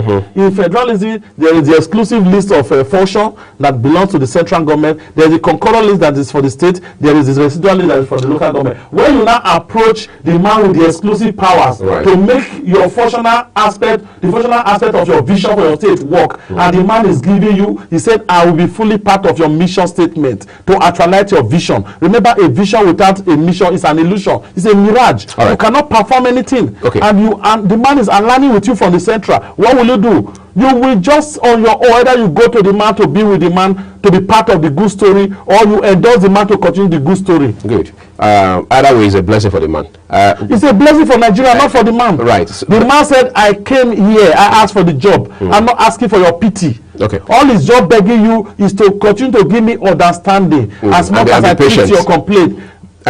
So let's begin to tighten this up for time's sake now. On a very final note, in 2 minutes. Like I was going to ask you, we had seen in this country at one time where a particular political party was said to have printed a single form, just one form, because of a sitting president. From this flurry, this gale of endorsements and defection we're saying, do you think the APC is going to end up printing just one form? Actually, it looks like it's only President Bola Tinubu that will be standing for that election, as far as your party is concerned. You know, you guys are, where you are in the media, you are always... I mean, these are facts. You mention him. PDP printed one form. You know, let's measure this name. Like Dino Melaye once said, if you talk, you die. If you don't talk, you die. It's better you talk and die. You say facts, and you are not putting the facts as it is. Well, you have contributed to the facts. You are saying... You just mean your own contribution to the facts. I know, I'm corroborating. I'm trying to help you Which out. is a good thing. Yes. Thank you for the help. Printed one form. So is the APC going to follow that? Buhari was going for second term, APC did not print one form. Do you understand? Even though it was clear. Let me answer you directly. Yes. You know, we believe in democracy, and internal democracy is the biggest onus to drive the general democracy we talk about. The internal democracy, party system. Before you now talk of good governance, democracy at the lower level, how do you move government? The party in power must have a robust and sound party system. So our internal democracy is strengthened along with rules, regulations, and constitution of the APC. So is and this constitution must be in tandem with the provisions of the 1999 Constitution of Nigeria. So will it be an open race? Everybody the rights. You can even contest for president even when you don't belong to. So there will be fair play. There will be fair play. Of course, definitely there will be fair play. Like the man in question is recalcitrant Democrats. Oh, great! I think that's where for democracy. That's where we're going to leave it. One it for Nigeria, and today is driving democracy. All right, I would like to say a big thank you to you, Aaron Abramo. You know, you're always very loaded when it comes to these conversations, but we appreciate your insights, as is always the case. Well, this is where we're going to draw the curtains on this discussion, but again, we're going to keep an eye out on those states in particular, especially given that we are gradually inching to 1 year in office of Senator Okpebholo, the governor of the state, to see how far he has come with regards to infrastructure development. And we're going to also keep bringing the likes of High Chief Haruna Abramo and other ranking members of the APC here to have those conversations with us. Well, we'll take a break. When we return, we'll turn our attention to something beyond Nigeria. The DRC and by the way, that's the Democratic Republic of Congo and Rwanda have reached a peace deal now, and we understand it's the U.S. that brokered that peace deal. But the question we're going to try to answer in the next few minutes is what exactly is the interests of the U.S. in this matter? Others say, well, it is the mineral deposits that is in the DRC and a few other countries around it. We'll find out with my guest, who is an expert in policy-related issues. Do stay with us.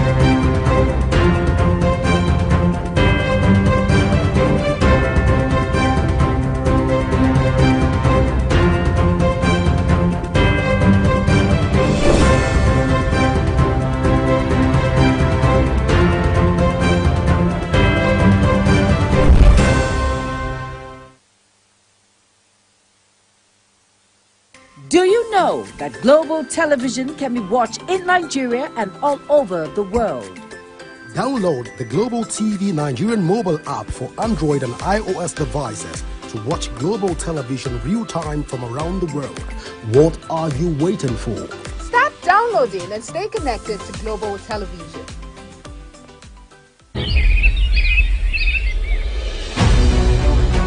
Global Morning is your top morning show here on Global Television. We bring you fresh news updates daily while delving into a variety of current affairs and topics. And at the same time, keeping you well informed about important events, both national and internationals. Global Morning serves as a valuable source of information, helping viewers like you start your day well informed. Stay connected from Monday through Sunday to a wide range of latest news making rounds on Global Morning. We're on the road to protest. And the president meets all of our demands.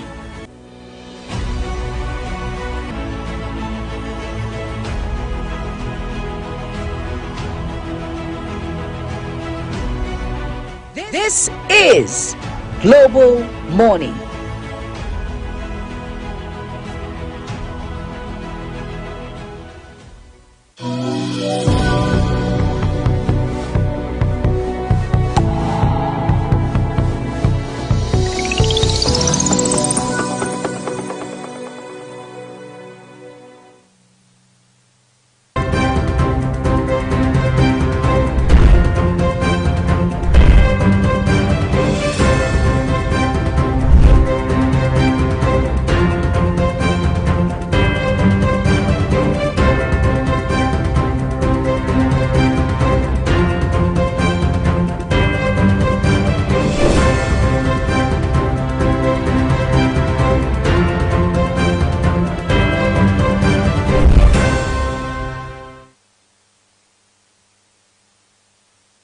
Do you know that Global Television can be watched in Nigeria and all over the world?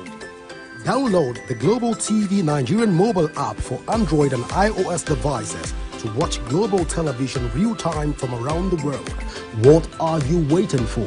Start downloading and stay connected to Global Television.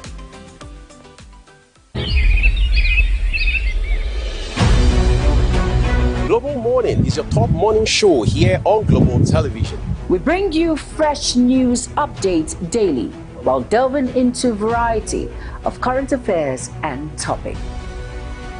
And at the same time, keeping you well informed about important events, both national and internationals. Global Morning serves as a valuable source of information, helping viewers like you start your day well informed. Stay connected from Monday through Sunday to a wide range of latest news making rounds on Global Morning. We're on the road to protest. And the president meets all of our demands.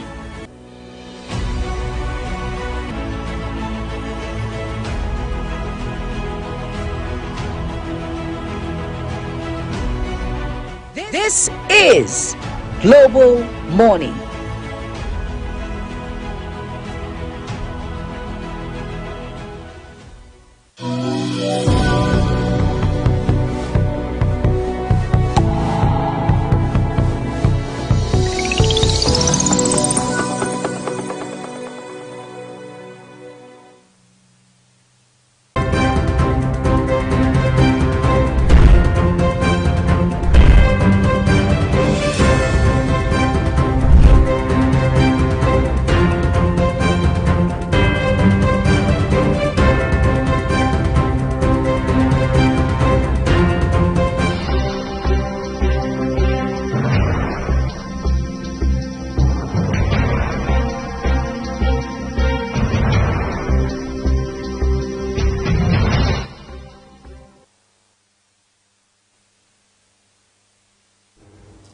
All right, so let's begin to wind down now.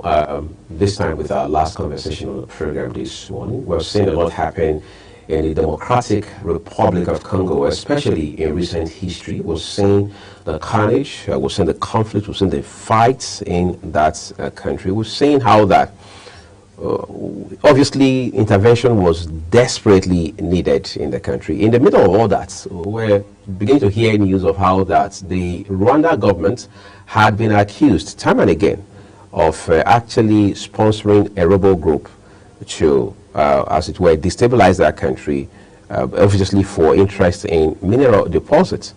And then one would have thought these are two African nations. If anything, they should find a way around their differences and all of that until the United States waded into the matter. And today we understand that both warring factions, both warring countries have now reached a peace deal, which the world hopes is here to stay.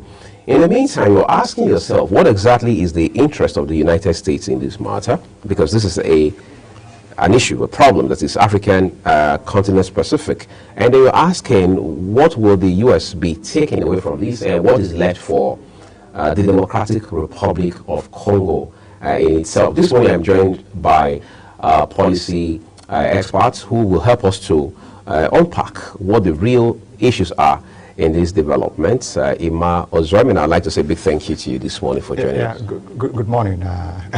Great. So I'd like to ask, for example, how is it that when African nations have issues of this nature or magnitude, we are waiting for the United Kingdom, we're waiting for the US, we're waiting for China, Russia, and France to come intervene? Is there we're seeing a pattern to that, but what exactly are the underlying factors? I think it's clear. In international politics, there's what we call convening power.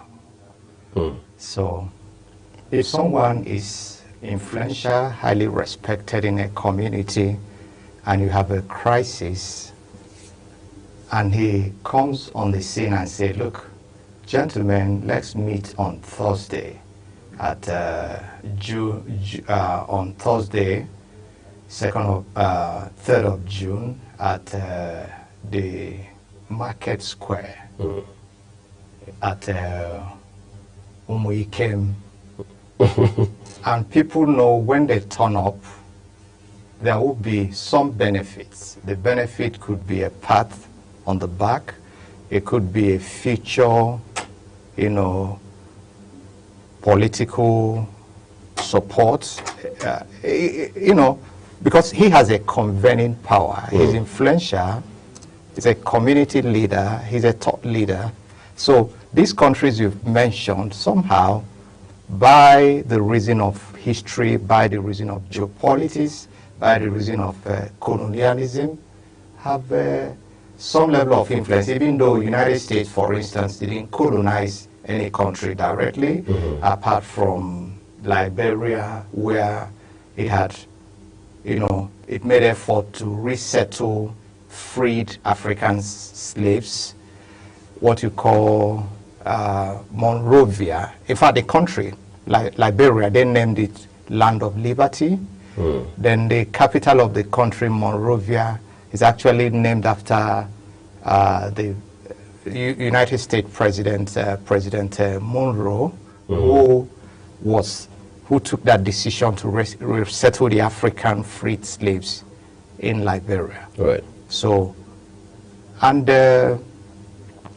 for instance, in Liberia, you have the largest rubber company or rubber plantation in the world, around Nimbe, region, and you have a United States company that is a tire company owning it, and it's been there for over 100 years, and it's the largest tire company in the world. So you have U.S. as it is at the moment has a convening power. For instance, take the Israel-Iran war, 12-day war. U.S. stepped in, dropped the B-5 bomber, that penetrated to the tunnel, 300-feet tunnel. And the next day, President Trump said, look, I've spoken to the Iranian leadership, I've spoken to Benjamin Netanyahu, and they will observe a ceasefire. Right. And it happened. So there are countries in the world, by their influence, by their history, have a convening power. So that's exactly what the African Union, SADC, South African Economic Commission, ECOWAS, they don't have it. That's the truth. The raw truth is that they don't have it. But isn't that a problem for the continent? It's not. It's a problem in that when you have internal crisis in Africa, it can be resolved. Let's look at the Nigerian Civil War, for instance. The war broke out in 1967 with the declaration of the Republic of Biafra by Chief Emeka Odumegwu, General Emeka Odumegwu Ojukwu, and the then African Organization of African Unity couldn't resolve it. Who were the people pulling the strings? You have Britain on one side, with its allies like Russia. Britain and Russia collaborated in that war. And on the other end, you have France also pulling its weight, because for France, they were going to gain additional territory, additional access to resources. What was the resources? The oil in the Niger Delta. Incidentally, there, you had 4 regions: Midwestern region, you had the Western region, you have Northern region and Eastern region. And what you call major bulk of what you call the Niger Delta, Bayelsa, Akwa Ibom, Cross River, they were all part of the Eastern region. So that war largely was induced by resources. Who controls the then just newly discovered oil resources. And the war in Liberia, for instance, were also resource driven. In fact, the American company in Liberia is Firestone. Do you understand? Right. That's the largest tire company in the world. And the resource comes from Nimba County in Liberia. So the crisis you also have in DRC is also resource-based. DRC, incidentally, has the largest deposits of whatever mineral you think that you need to, in this era, whether it's for electric cars, for batteries, for phones, for computers, they're all coming from there. So the control of those resources, it's very, very important. If you check what is happening in Somalia, for instance, part of the crisis in Somalia, since 1988, the last president or head of state of Somalia is Muhammad Farah Aidid, who was toppled, and the country had remained clearly in conflict. What is the resource in Somalia? Somalia, it's situated on the vortex of the Indian Ocean, and that's where you have the largest exploitation of fishery or fishery activities. You have trawlers, all over the place. So from time to time you hear about pirates hijacking ships and all that. So someone somewhere wants that crisis to continue, because what it means is that instead of paying the fees you need to pay for fishing activities, you don't pay anything. So because you have access to the resources. You have access to the resources because the owners or the people who are supposed to be managed, they are in crisis.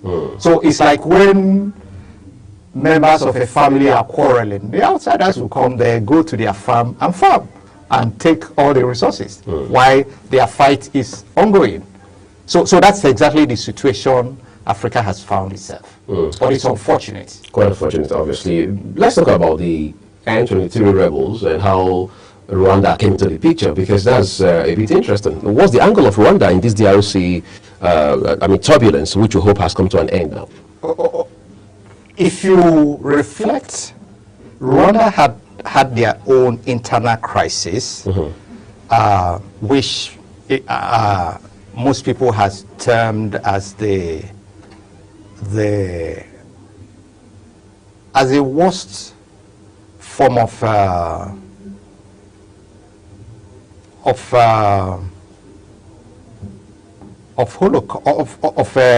massacre, the Rwanda massacre. But then, that's the 1994 genocide. The genocide, the massacre. Paul Kagame, remember, was a colonel in the Rwandan army. That's right. Has a military background. What he just did was to reform, got into leadership, found a way of legitimizing his leadership, and got acceptance by the West, especially United States of America, and they provided a support. They were originally colonized by French, and Paul Kagame had to bring in a bilingual, policy. So now they speak English and French as a way of trying to accommodate the new investors who are likely going to come from the United States or Britain, so to speak. And he shifted his focus to the United States, and he got quite a lot of support in rebuilding the post-genocide Rwanda.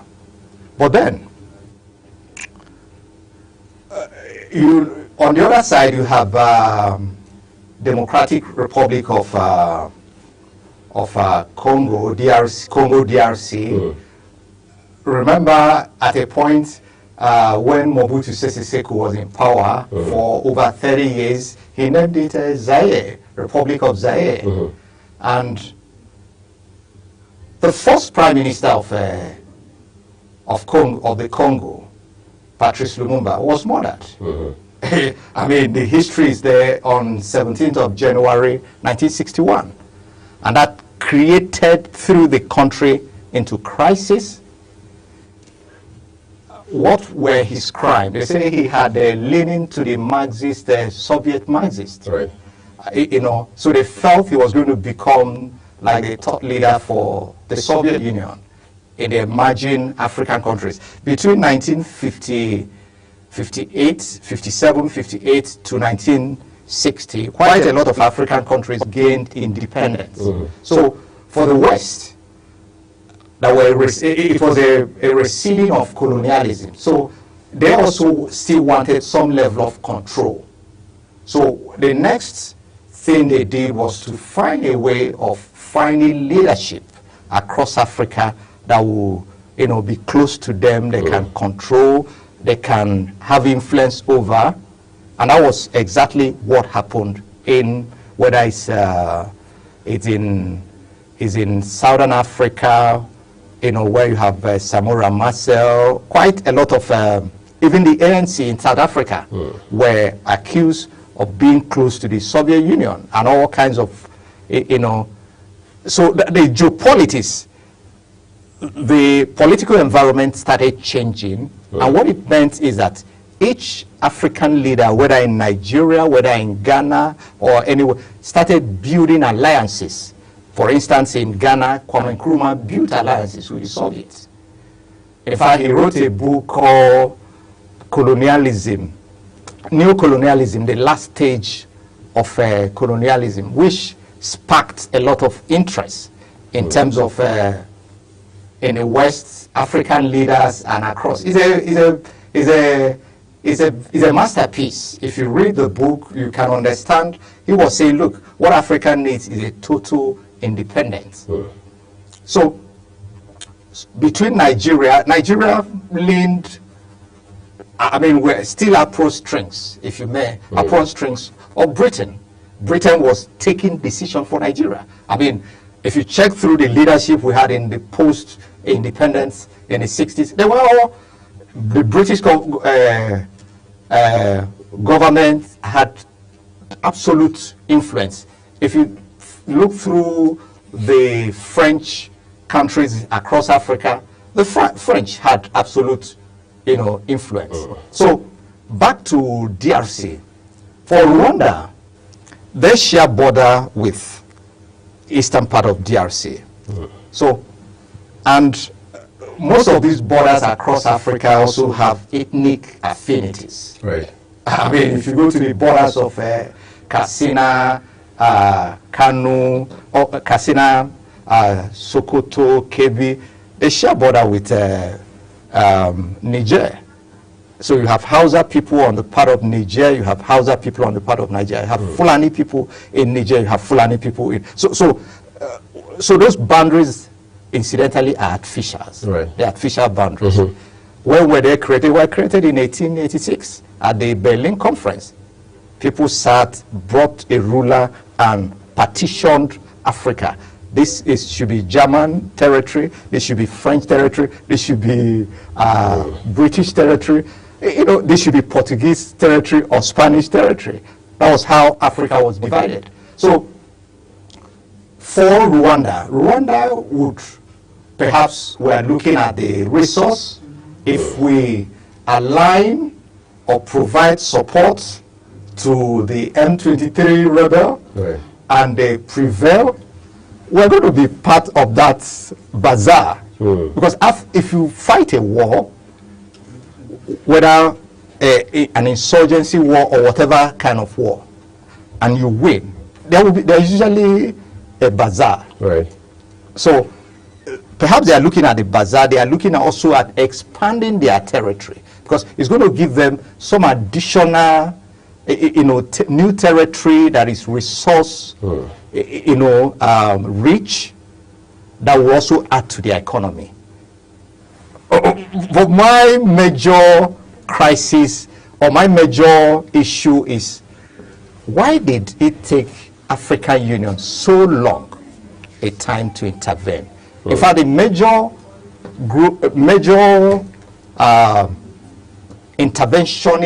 interventions we had were coming from East African Economic Community, and then Southern Africa Economic Community, because they are in the vortex of that immediate environment, whether it's Tanzania, whether it's Uganda, whether it's South Africa, because they will be affected directly by that conflict. But the bigger African Union just sat there.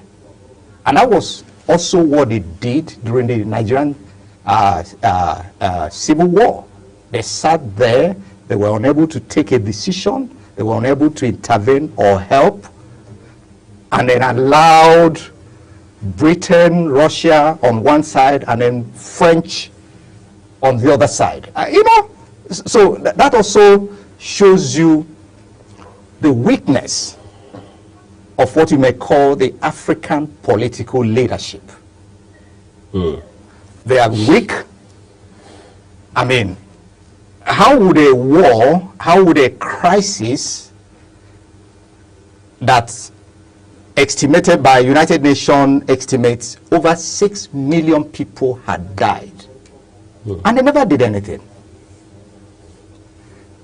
The African leadership couldn't stop it. It has to take an American president, President Trump, who also will be looking at, look, we are trying to develop electric cars in America. We're trying to build our innovation ecosystem. And we need this cotton, we need these cobalt, we need these resources.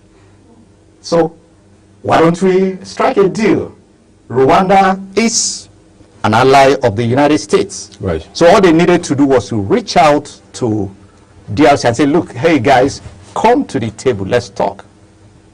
In fact, if you watch the remarks of President Trump at that deal where the Rwandan official and the DRC officials stood, Trump was blaming, laid a blame on the past United States leaders for not intervening, to have allowed the crisis to linger this long, to fester for over 30 years.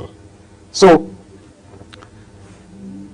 Trump has become the leader. In fact, I listened to a U.S. journalist who had covered the conflict for several years, speaking in the White House, saying, look, that President Donald Trump deserves a Nobel Prize on Peace. For that. The whole world sat at Kimbo watched, African leaders sat at Kimbo and watched, and 6 million people were slaughtered. It's rather unfortunate. So that raises the question of whether or not bodies like AU, I mean the African Union, and the ECOWAS have not overstayed their welcome, because we still have a few regional bodies across Africa, and all of that, even in East Africa, for example. If these bodies are not as effective as, maybe some of them not even half as effective, for example, is it not time we had to rethink Africa and its leadership? I remember in 2001, I did a paper. I wrote an article that was published across newspapers. I syndicated it.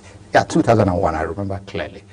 At the formation of AU, I had done an analysis around what was the use of OAU and what is the use of African Union and what is in the name. Transmuting from Organization of African Unity, formed in May 1963, to African Union. What was it? I had argued, if you look at the European Union, formed in 1959 in the 50s, and where they were in 2001, where they had reached in terms of progress, in terms of creating a unified Europe. Today, I think EU is about 26 countries, or 25 or 26 countries. That's right. And they had created an economic union. They had created a monetary union. They had created an industrial union. They have even created a legal union. Such that as an EU citizen, all you need is one passport, EU passport, and you can travel around before then, I mean before Brexit, 26 countries.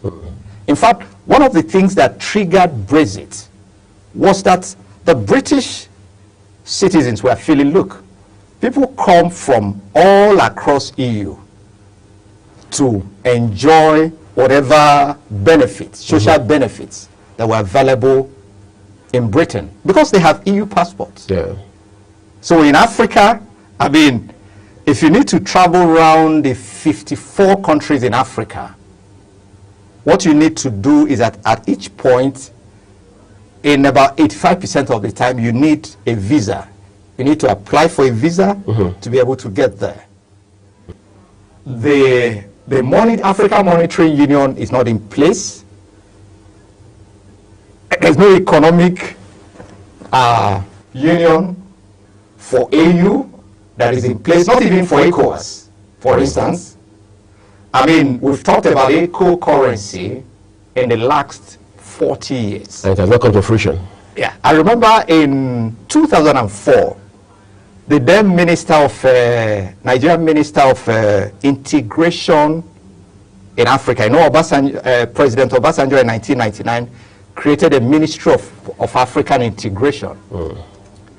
So ECOWAS fell under his purview. Was talking about that in 2005 we're going to have the ECO currency, but it hasn't happened. But I'm sure you also know why it won't happen. The francophone West African countries have their CFA as currency attached to France. It's a colonial legacy. They are not ready to let go of it. And here we are. I remember doing a paper for Leadership newspaper on that ECO currency in 2004. In fact, the other day I was reflecting at ECOWAS at 50. I'm doing a paper on ECOWAS at 50. For me, it's a failure. If you ask me what has ECOWAS achieved, I would say 0. Because you just point anything. All you have is people meet at conferences, at summits, issue statements, that means nothing to the average person, citizen from the region. So I think we need to perhaps retool the regional bodies, whether it's African Union, SADC, EAC, ECOWAS, or Central African, communities. We need to retool it to become one, a tool to foster economic progress, right, a tool to deliver results and impact on citizens, and not just a talk shop. For me, that's what they had remained at the moment. They are simply, perhaps, if European Union wants to relate with West Africa, so as to get a one-stop shop, it will simply go to ECOWAS. But the question is that what does ECOWAS deliver? If you want my honest opinion, yes, they deliver nothing. All right, let's wrap it up now on the final note. Countries like China, Russia, and the United States are talking, if you like, at the heart of Africa. China and Russia in particular are doing that. Maybe Russia has the competitive edge at this point. What are the implications for Africa? Because it will appear with all of these factors that we're seeing. I mean, all these, as it were, powerful countries coming to the continent, trying to plant a foothold here, Africa will not rise. Three things you need to understand. In global geopolitics, at every point in time, there's a continent that will be the most attractive continent. Africa has 54 countries. Africa, by 2025, will be 2.5 billion people. That's this year?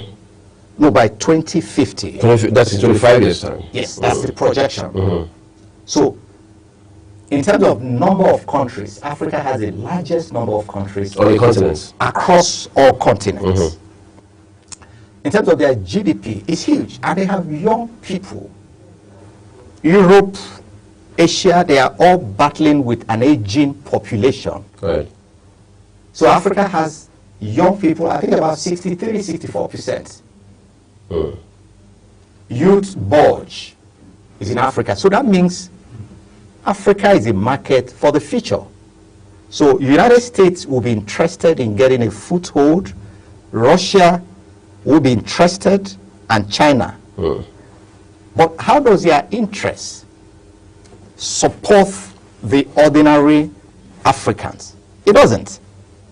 Because each of them comes with their investors, investments, and expected dividends. I hear people talk about, the Sahel Regional Union of Mali, Burkina Faso, and Niger as an ideal society. I say, how? Because you have Russia there. I say, how? Then, on the other part, the United States also has influence. They have, whether it's South Africa, Rwanda, quite a lot of countries that are under their wing. You could see from time to time the president of those countries rushing to Washington. And then, how does it benefit Africa? My worry, from experience of watching African leaders over the last, let's say, over 40 years now, I will tell you they are not good negotiators. And that's a disadvantage, apparently. Yeah, because they negotiate from the position of weakness. Either they are not trained in the act of negotiation. I listened to, there was a video about a certain Nigerian who had worked for one of the multilateral agencies. He said when they go to Asia, that it takes days to sign an MOU. But when they come to Africa, in one day, you wrap it up. Everybody claps and drink tea and go. Now, they don't even have the capacity to review the content of the MOU. What is the need for us? I mean, we had a case in Nigeria, for instance, where the National Assembly was probing or probed the allegation of a contract between Nigerian MDA and China that was written in China. You remember? Well. And there's no English version of that the MOU. Right. So it simply shows you are coming from position of weakness. I'm afraid, Emmanuel, this is the motel I'll take, but the conversation around Africa is quite a complex one, really. I mean, all of these issues about whether or not Africa puts its best foot forward when it comes to relating and interacting with the rest of the world is very concerning. And we hope we'll find more time to discuss these issues further. I want to thank you for your time. My pleasure on the program this morning. All right, we'll take a quick break. It is indeed our last break on the program this morning. When we return, we'll tie it up on Global Morning. Stay with us.